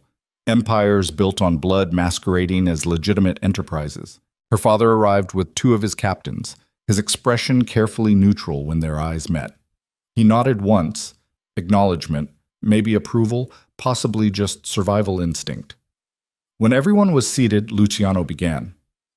Thank you for coming on short notice. His voice carried across the ballroom with absolute authority. Recent events have required immediate consolidation and clarity about the Devereaux organization's position going forward. He spent 10 minutes detailing Vincent's betrayal with surgical precision. Names, evidence, the scope of the conspiracy. Every family representative listened in silence, their expressions ranging from shocked to calculating. This was information that would reshape alliances across the East Coast. Then Luciano gestured toward Serafina. Many of you know Serafina Moretti. Some witnessed the complications surrounding our first wedding attempt. What you need to understand now is that she is not a political convenience or decorative alliance.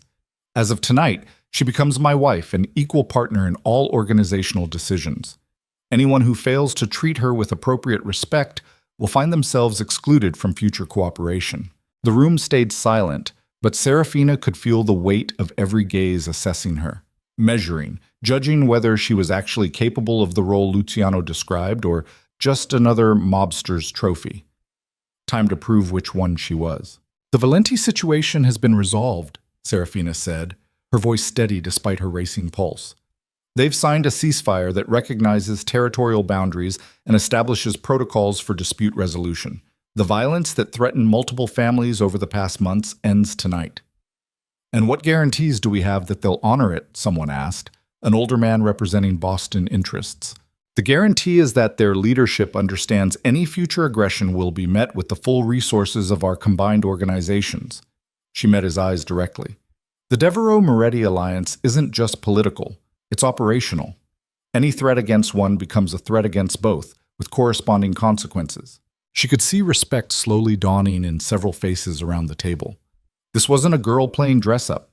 This was someone who understood power dynamics and spoke the language of their world fluently. What about internal threats? Another voice asked. Vincent wasn't alone in his betrayal. How do we know your organization is stable? Because we're about to demonstrate exactly what happens to traitors, Luciano said coldly. Marco, bring them in. The ballroom doors opened and 4 men were dragged inside by armed guards. The captains from the basement, still restrained, now forced to their knees in front of the assembled council. Marcus was bleeding from his earlier encounter with Luciano's fist, his expression alternating between defiant and terrified. These men participated in Vincent Carbone's coup attempt, Luciano announced to the room. They helped coordinate my wife's kidnapping, facilitated Valenti attacks against our operations, betrayed oaths they took when they joined this organization.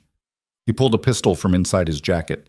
the movement casual, but the implications devastating. The room went completely silent. Normally, I would handle this privately, but the scope of their betrayal requires public acknowledgement, requires everyone here to understand that the Devereaux organization does not tolerate disloyalty at any level. Serafina felt her stomach turn, but kept her expression neutral. This was the world she'd agreed to, the price of power and survival. Luciano walked to the first prisoner, a younger man Serafina didn't recognize. Last words? I was following orders, the man gasped. Vincent said you were leading us into weakness, said the Moretti Alliance would destroy everything. I was just... Luciano shot him through the head before he finished. The body crumpled. Blood sprayed across marble floors. Several people flinched, but no one protested. He moved to the second prisoner. You? Go to hell, the man spat. Luciano shot him without hesitation. 2 down. The third prisoner was crying, begging for mercy that everyone in the room knew wouldn't come. Luciano executed him quickly, almost mercifully compared to the psychological torture of waiting. Then he reached Marcus. Serafina requested you die last, Luciano said quietly, crouching to Marcus's level. Wanted you to watch the others first. Understand what your betrayal cost. Marcus's defiance had cracked completely. Tears streamed down his face, his breathing ragged with terror. Please, I have a family, kids in college. Please don't. You should have thought about that before you helped kidnap my wife. Luciano stood, raising the pistol to Marcus's forehead. Wait! Serafina's voice cut across the ballroom. Every eye turned toward her. Luciano lowered the gun slightly, his expression questioning. She walked forward until she stood beside him, looking down at Marcus's tear-stained face. This man had called her a weakness, had participated in her kidnapping, had dismissed her as nothing more than leverage to be used and discarded. You were wrong about me, she said quietly. I'm not a weakness Luciano needs to protect. I'm the reason he doesn't need to protect himself. She took the pistol from Luciano's hand, felt its weight, saw Marcus's eyes widen with horrified understanding. For a moment she hesitated. This was the line she'd refused to cross in the warehouse. The moment that would define whether she could actually survive in this world or would be destroyed by trying to maintain some illusion of innocence. Then she remembered his contemptuous smile, his casual dismissal of her life's value, the way he'd laughed while telling her she'd become a monster. She pulled the trigger. The recoil jolted through her arm. Marcus's body collapsed. Blood pooled across marble in patterns that looked almost artistic under the chandelier light. Serafina handed the pistol back to Luciano, her hand steady despite the screaming in her mind, turned to face the council with blood splattered across her clothes. Anyone else have questions about organizational stability? She asked, her voice cold and certain. The ballroom stayed silent. No one moved. No one protested. She just executed a man in front of the most powerful criminal leaders on the East Coast, and no one was challenging her right to do it, because in that moment, she'd proven she belonged. Luciano's hand found hers, squeezing gently. She could feel him trembling slightly, not from fear but from something else. Pride, maybe, or horror at what she'd just become to survive beside him. The council meeting continued for another hour, discussing territory agreements and future cooperation, but Serafina barely heard it. Her mind kept replaying the moment she'd pulled the trigger. The way Marcus's expression had shifted from contempt to terror to nothing. The weight of taking a life settling into her bones like lead. She'd become exactly what he'd predicted, a monster dressed in silk. When the meeting finally adjourned, representatives filing out with new information and revised opinions about the Devereaux-Moretti alliance, Luciano pulled her aside into an empty hallway. Are you all right? He asked quietly. No. She looked down at her hands, steady now, but stained with what she'd done. But I will be, eventually. What you did in there was necessary, I know. She met his eyes. Don't apologize for it. Don't tell me I didn't have to do it. I made the choice. Now I have to live with it. Luciano pulled her against him, wrapping his arms around her like he could physically hold the pieces of her together. The ceremony is in 2 hours. After that, everything changes. We become official, untouchable. Whatever doubts you have, whatever regrets, I don't have regrets. The words surprised her with their honesty. I have trauma. I have guilt. I have the knowledge that I just killed someone and will probably kill again before this life is finished. But I don't regret choosing to stand beside you, even knowing what it costs. Then let's finish this. He kissed her forehead gently. Let's make it official before either of us has time to reconsider what we're becoming. They separated to prepare, Serafina returning to Luciano's quarters to change. Someone had left a dress hanging in the closet. Simple, elegant, cream-colored silk that looked nothing like the elaborate wedding gown from 4 months ago. This wasn't a dress designed for a spectacle. This was armor disguised as beauty. She showered again, scrubbing Marcus's blood from her skin, watching pink water circle the drain and trying not to think about what it represented. Dried off, dressed mechanically, stared at herself in the mirror and tried to recognize the woman looking back. 4 months ago, she'd been a girl raised to be decorative. Now she was someone who'd executed a traitor without hesitation in front of the most powerful criminals in the country. The transformation should have horrified her. Instead, it felt like shedding a skin that never fit properly to begin with. She found her father waiting outside Luciano's quarters when she emerged. He looked older than she remembered. Gray hair, lines around his eyes, the weight of decades in organized crime showing clearly. "You look beautiful," he said quietly. "I look like someone who just killed a man. You look like someone who survived. That's all that matters in our world." He reached for her hand hesitantly.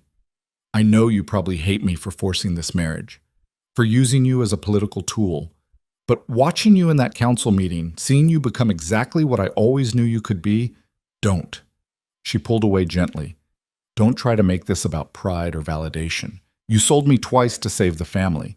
It worked, but don't pretend it was anything noble." Her father flinched, but nodded. "Fair enough.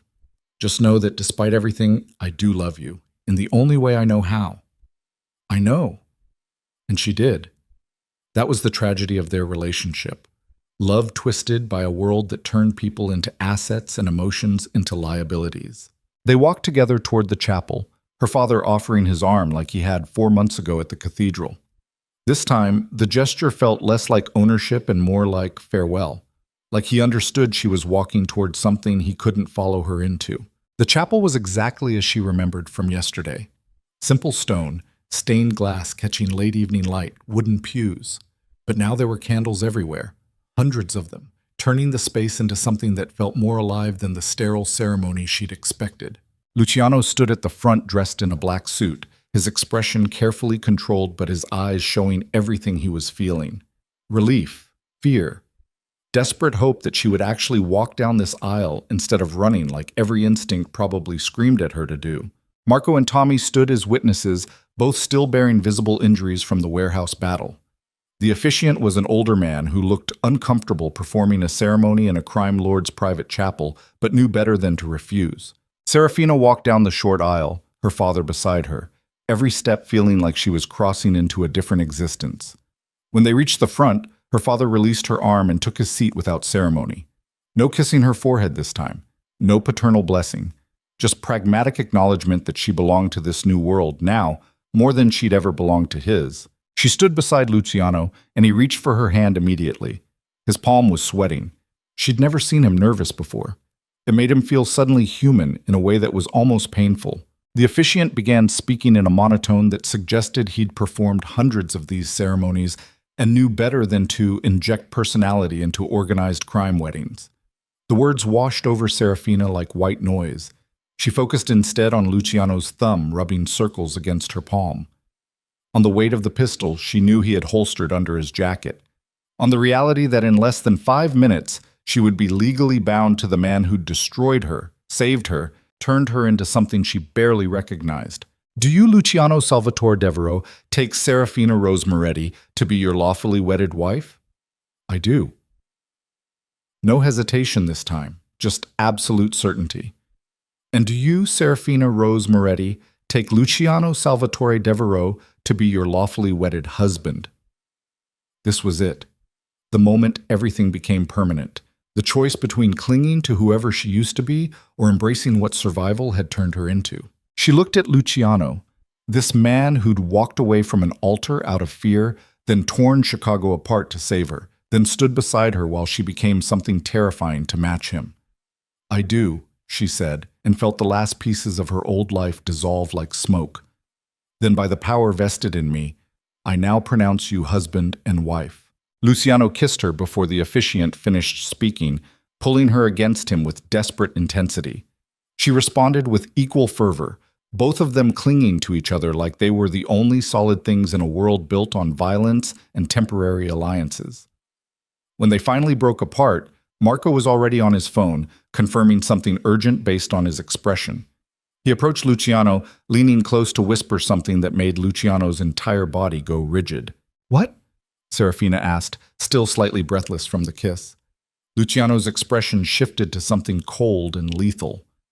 "The Valentines just broke the ceasefire. They hit 3 of our warehouses simultaneously 10 minutes ago." The chapel went completely silent. "That's impossible," Tommy said. "Their leadership signed the agreement. We have guarantees, but then someone lied." Luciano was already moving, pulling Serafina toward the exit. "Or this goes deeper than Vincent's betrayal. Either way, we need to get to the compound's command center now." They ran through the estate, Serafina still in her wedding dress, Luciano shouting orders into his phone. When they burst into the command center, a room filled with screens and communications equipment, the scope of what was happening became terrifyingly clear. On multiple monitors, security feeds showed explosions, gunfire, bodies. The Valentes weren't just breaking the ceasefire. They were launching a full-scale assault designed to destroy everything Luciano controlled. "How many locations?" Luciano demanded. 7 so far, someone responded. "They're hitting infrastructure, supply chains, even some legitimate businesses. This isn't a territorial grab. This is scorched earth." Serafina felt ice slide through her veins. "They're not trying to take your territory. They're trying to eliminate you completely." "But why?"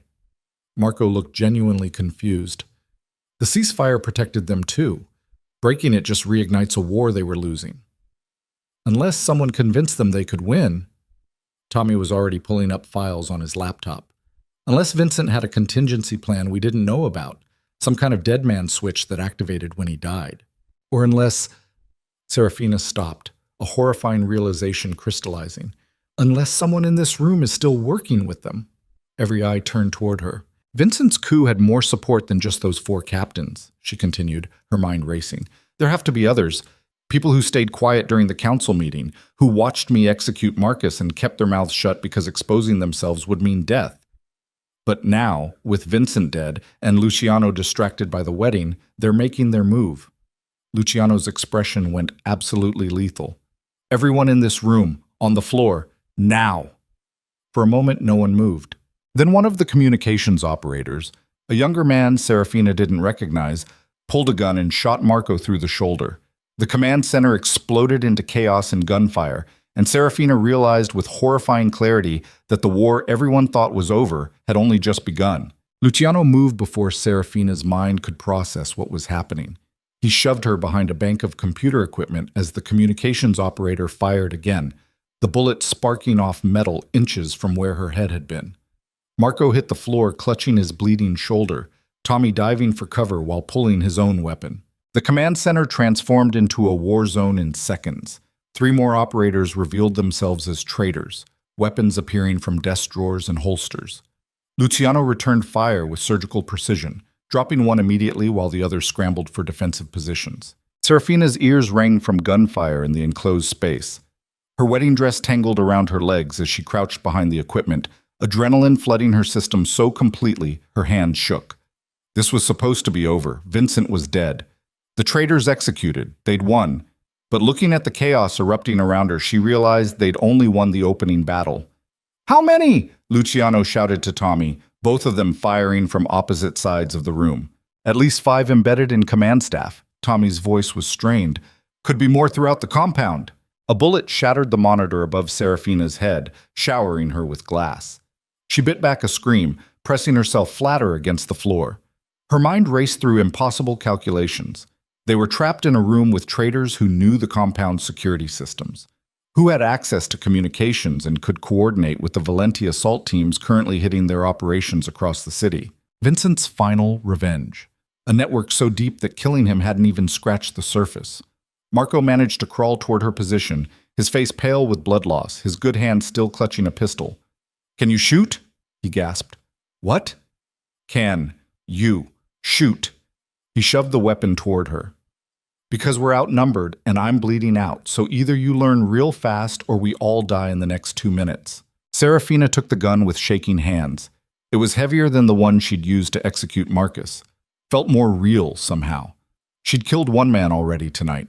Could she do it again while people were shooting back? One of the traitors emerged from behind a server rack, weapon raised toward Luciano's exposed back. Serafina didn't think. Just raised Marco's pistol and fired 3 times, the recoil jolting through her arms. 2 shots went wide, but the third caught the man in the chest, spinning him backwards. Luciano turned, saw what she'd done, his expression shifting to something between horror and fierce pride. "Good girl. Now stay down." But staying down meant dying slowly. Serafina could see it in the tactical situation unfolding. The traitors controlled the room's exits, had superior positions. Luciano and Tommy were running out of ammunition, trading fire with enemies who could afford to wait them out. She needed to change the equation. Her eyes fell on the main security terminal. Still active, still controlling cameras and locks throughout the compound. If she could reach it, could trigger the automated lockdown protocols, they could trap the traitors inside while sealing off the command center from external assault. "Luciano!" She had to scream to be heard over gunfire. "The security terminal. I can lock them in." "You'll be exposed for 10 seconds crossing that space. Then cover me for 10 seconds. Before he could argue, she was moving. Shed the bottom half of her wedding dress entirely, ripping silk away so she could run. Sprinted toward the terminal in bare feet while Luciano and Tommy unleashed covering fire that forced the traitors to duck. Bullets chased her across the room, punching holes in equipment and walls. One grazed her arm, white-hot pain that she ignored completely. She slammed into the terminal, fingers flying across the keyboard, entering the lockdown code Luciano had shown her during security briefings. The system fought her. Someone had changed the access protocols. She could see traitor code buried in the system architecture, designed to prevent exactly what she was trying to do. But whoever had written it hadn't counted on Serafina Moretti spending years watching her father's IT specialist work.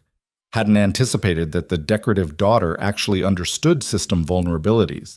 She bypassed 3 security layers in 15 seconds, rerouted authorization through a backdoor exploit, and slammed her hand on the manual override.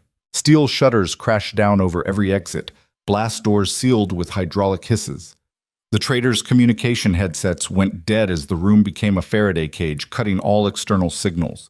And in 7 locations across the compound, automated defense systems activated, locking down corridors and trapping anyone not in authorized zones. The gunfire stopped. 5 remaining traitors stared at sealed exits, their expressions shifting from confident to trapped. Luciano stood slowly from cover, his pistol trained on the nearest one. "You were saying something about scorched earth?" His voice was cold as winter. "Let's discuss that." What followed was less combat than systematic execution. The traitors tried to fight, tried to bargain, tried to run toward exits that wouldn't open. It didn't matter. Luciano moved through them like death had learned to hunt, each kill precise and merciless.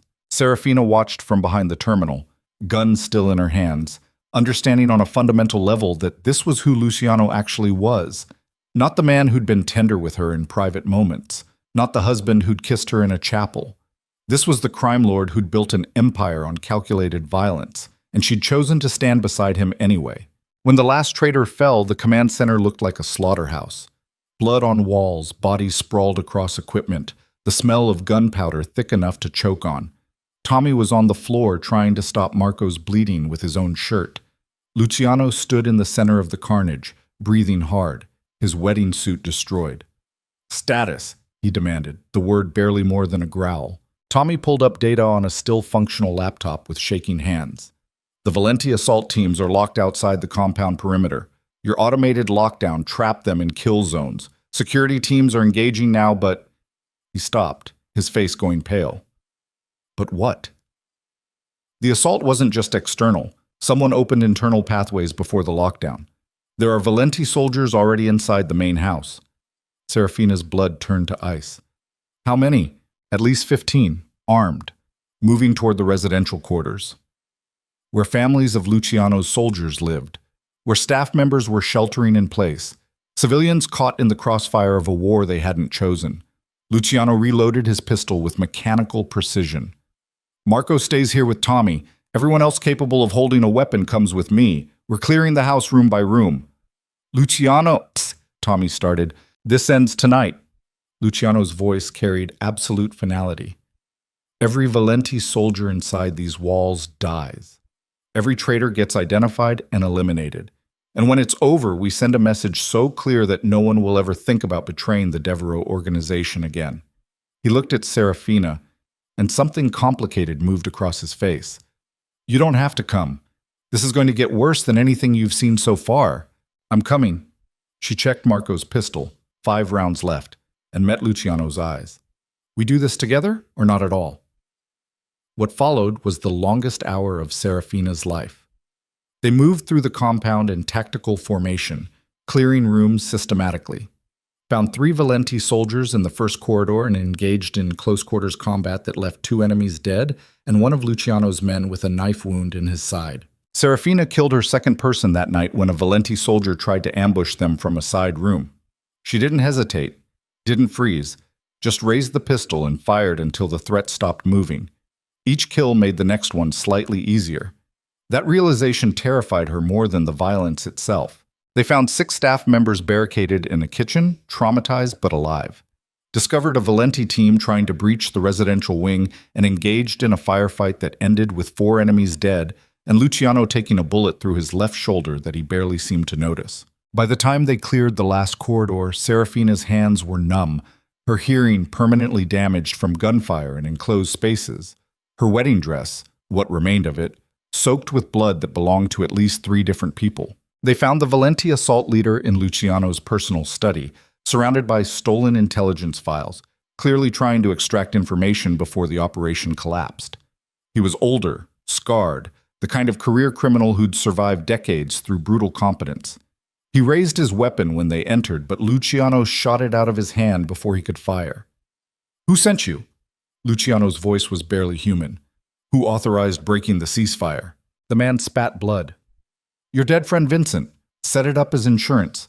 Said if he died, the whole network activated. 30 sleeper agents across your organization, Valenti assault teams positioned and ready. You think you won tonight? You just triggered the real war. Then we'll fight it. Serafina stepped forward before Luciano could respond, the pistol steady in her hands despite exhaustion making her vision blur. And we'll win, because you made the mistake of thinking love makes us weak. But it doesn't. It makes us willing to burn the entire world down to protect each other. She shot him through the knee. He screamed, collapsing. That's for kidnapping me. She shot the other knee. That's for everyone who died tonight because of Vincent's cowardice. She pressed the barrel against his forehead, her voice dropping to something cold and final. And this is so everyone knows what happens to people who threaten my family. The final shot echoed through the study like a period at the end of a very long, very brutal sentence. When she lowered the weapon, her hands were finally shaking. Luciano caught her before she collapsed, pulling her against his chest while she fell apart in his arms.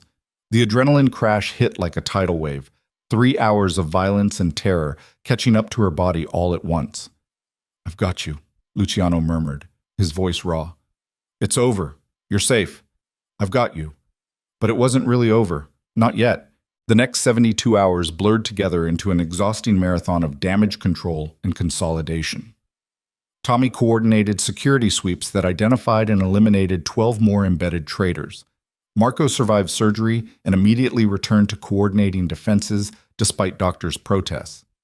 Serafina's father mobilized Moretti resources to help secure territory while investigations continued. The Valenti cartel leadership sent formal surrender terms after learning their assault had failed catastrophically. Luciano dictated terms so punishing that several crime families privately expressed concern he was overreaching. He didn't care. Made examples of everyone involved until the message became impossible to ignore. Attacking Luciano Devereaux meant total annihilation. Attacking his wife meant something worse than death. By the time things stabilized enough for Serafina to actually sleep for more than 2 hours consecutively, she'd been awake for nearly 4 days, her body running on adrenaline and caffeine and stubborn refusal to collapse while people needed her functional. She woke up in Luciano's bed, Their bed now, she supposed, after the ceremony that felt like it had happened years ago instead of less than a week. Morning light filtered through bulletproof windows. Her arm was bandaged where a bullet had grazed her. Her hands were bruised from weapon recoil. Her entire body ached like she'd been hit by a truck. Luciano was already awake, sitting in a chair near the window with his shoulder bandaged, staring at something on his phone. He looked up when she stirred, and something in his expression softened. "How do you feel?" he asked quietly. "Like I killed 4 people in 72 hours. The words came out flat, honest. Like I crossed lines I didn't know existed and can't remember who I was before crossing them. Luciano set down his phone and moved to sit beside her on the bed. "I'm sorry. For all of it. For the altar. For the kidnapping. For turning you into someone who has blood on her hands before she's even 23 years old." "Don't apologize." Serafina sat up slowly, her head pounding. "I made choices. Pulled triggers. Executed people. That's on me, Luciano, not you. But I created the situation that required those choices. And I chose to stay in it." She met his eyes directly. "I could have run, could have refused to adapt, could have held on to some fantasy that I was too good for this world. But I didn't. I became what I needed to be to survive, to stand beside you. That was my decision." Luciano's hand found hers, his thumb brushing over scraped knuckles. "Do you regret it?" She thought about that question for a long time. Thought about the girl who'd stood at an altar 4 months ago, naive and breakable. Thought about the woman who'd executed traitors and coordinated lockdowns and pulled triggers without hesitation when people she cared about were threatened. "No," she said finally. "I regret that the world forced me to become this, but I don't regret choosing to survive it with you." They sat in silence for a while, both processing everything that had happened. The violence, the betrayals, the moments they'd almost lost each other. The ceremony that had been interrupted by warfare and blood. "We never got a wedding night," Serafina said eventually, a tired smile tugging at her lips. "Just murder and tactical operations. We can have one now. If you want. If you're not too exhausted." "I'm completely exhausted, but I also want something normal before we have to go back to running a criminal empire." She leaned against him, carefully avoiding his bandaged shoulder. "Tell me it gets easier. Living with what we've done." "It doesn't." Luciano's voice was quiet, honest. "You just get better at carrying it, at functioning despite the weight, and having someone beside you who understands that weight helps more than anything else. Is that what we are now? 2 people carrying trauma together?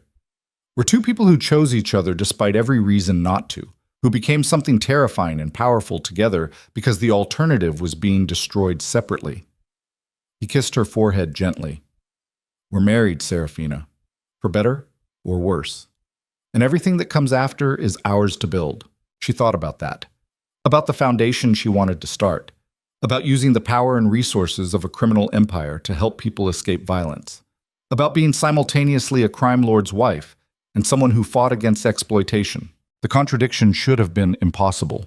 But looking at Luciano, this man who'd walked away from an altar out of fear, then torn apart an organization to save her, then stood beside her while she became something she barely recognized, she realized contradictions were just how people survived in a world that didn't fit into neat categories.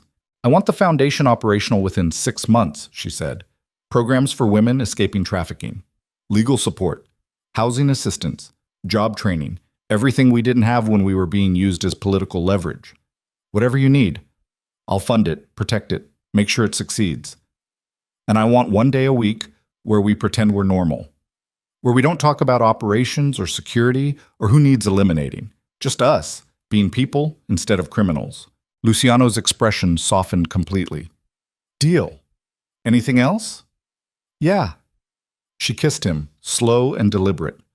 "I want you to teach me everything about running this empire.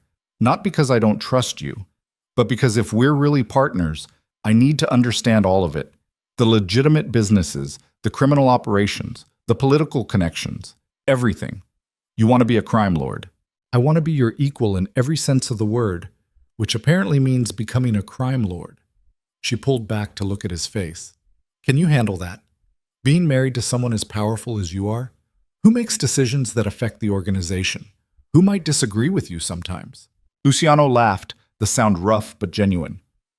Can I handle being married to the woman who executed Marcus in front of every major crime family on the East Coast, then locked down an entire compound while being shot at, then killed 4 people over 72 hours without breaking? Serafina, I'm terrified of you, in the best possible way. Good. She kissed him again, deeper this time. Fear means respect, and respect means partnership. What followed was tender, despite the violence they'd both survived. Careful despite exhaustion and injuries. 2 people claiming something normal in a world built on chaos, finding comfort in each other while the empire they'd fought for settled into its new configuration outside their bedroom door. Afterwards, lying tangled together in sheets that felt like the first peace either of them had known in months, Serafina stared at the ceiling and tried to process who she'd become. 4 months ago, she'd been destroyed by public humiliation. Now she was someone crime families feared, someone who'd consolidated power through strategic violence and refused to be broken by anything thrown at her. The transformation should have horrified her. Instead, it felt like finally becoming who she was always meant to be. "What are you thinking?" Luciano asked quietly, his hand tracing idle patterns on her back. "That your mother would have hated me." The words came out before she could stop them. "She was killed because your father loved her too much. And here I am, the exact thing you were trying to avoid. The weakness that gets exploited." Luciano was quiet for a long moment. "My mother was a civilian, had no understanding of the life she married into. Thought love could exist separately from violence in our world." His voice was careful, thoughtful. "But you're not her, Serafina. You understand exactly what this life costs. You've paid that cost willingly. You're not a weakness someone can exploit.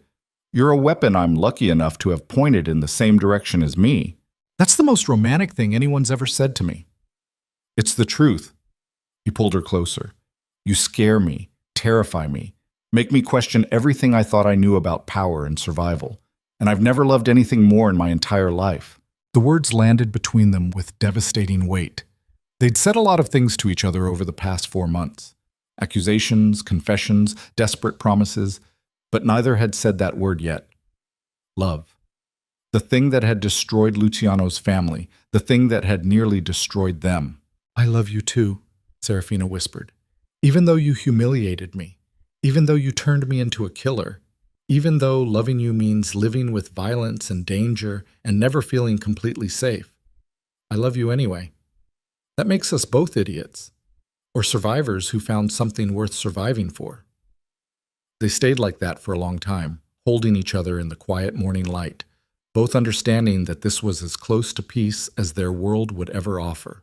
Eventually, the real world intruded, phones buzzing with updates, meetings that couldn't be postponed, the machinery of running a criminal empire grinding forward regardless of personal moments.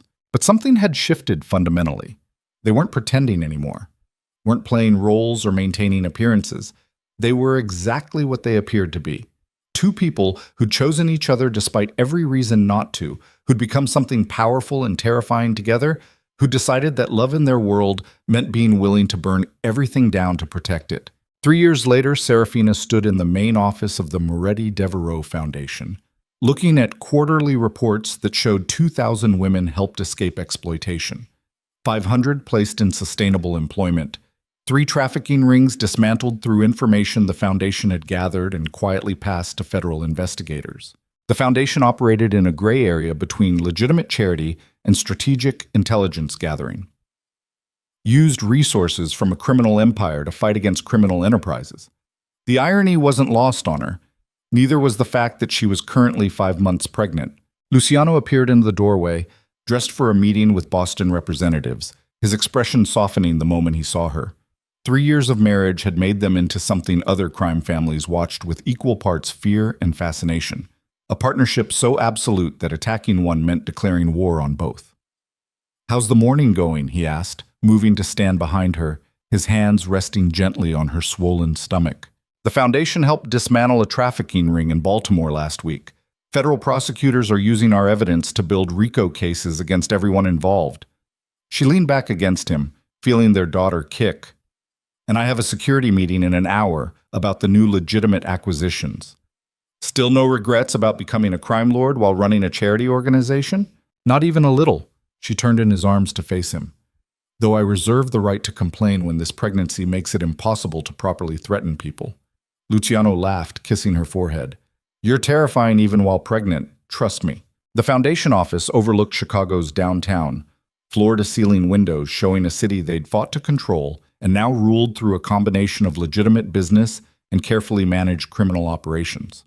They'd cleaned up some of the worst exploitation, redirected resources toward actually helping people, turned parts of the empire into something that occasionally resembled beneficial.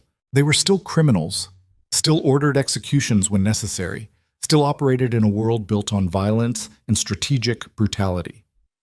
But they'd created something within that world that actually mattered.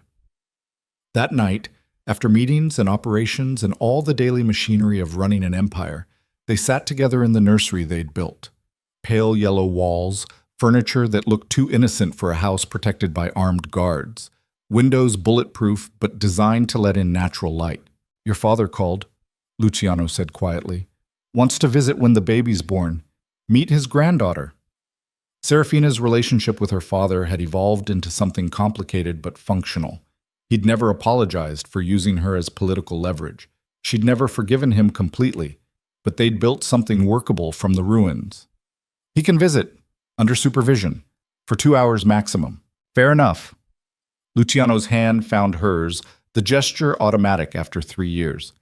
Have you thought about what we're going to tell her? When she's old enough to ask what we do? The truth. Serafina's voice was certain. That we run a criminal organization. That we've done terrible things to survive and protect each other. That the world is complicated and messy and doesn't fit into categories of good and evil.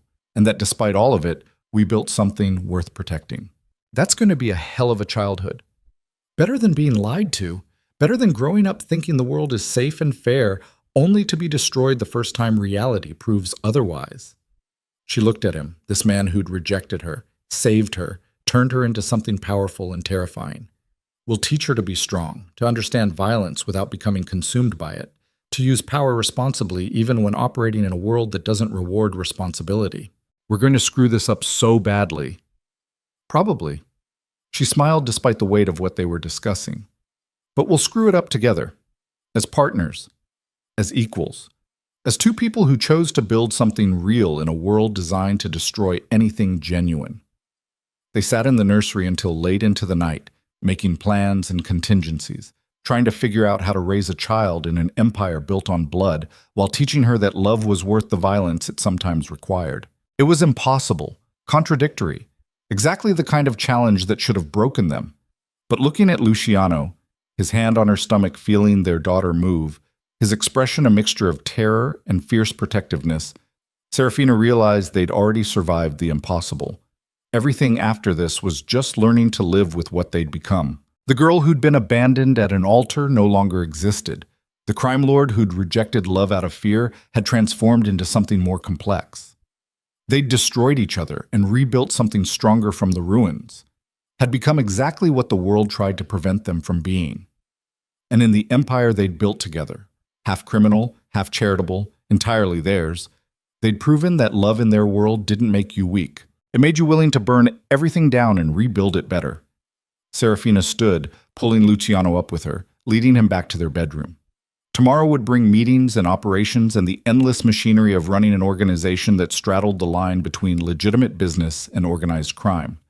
But tonight, they were just two people who'd survived impossible odds to choose each other, who'd become something terrifying and powerful and occasionally even good together, who'd learned that in a world built on violence and betrayal, the most dangerous thing you could be was someone willing to love anyway. Thank you, Luciano said quietly as they reached their room. For what? For not running, for staying, for becoming something strong enough to stand beside me even when it cost you everything you thought you were. Serafina kissed him, slow and certain, tasting 3 years of survival and partnership and the kind of love that only existed in spaces where people had nothing left to lose.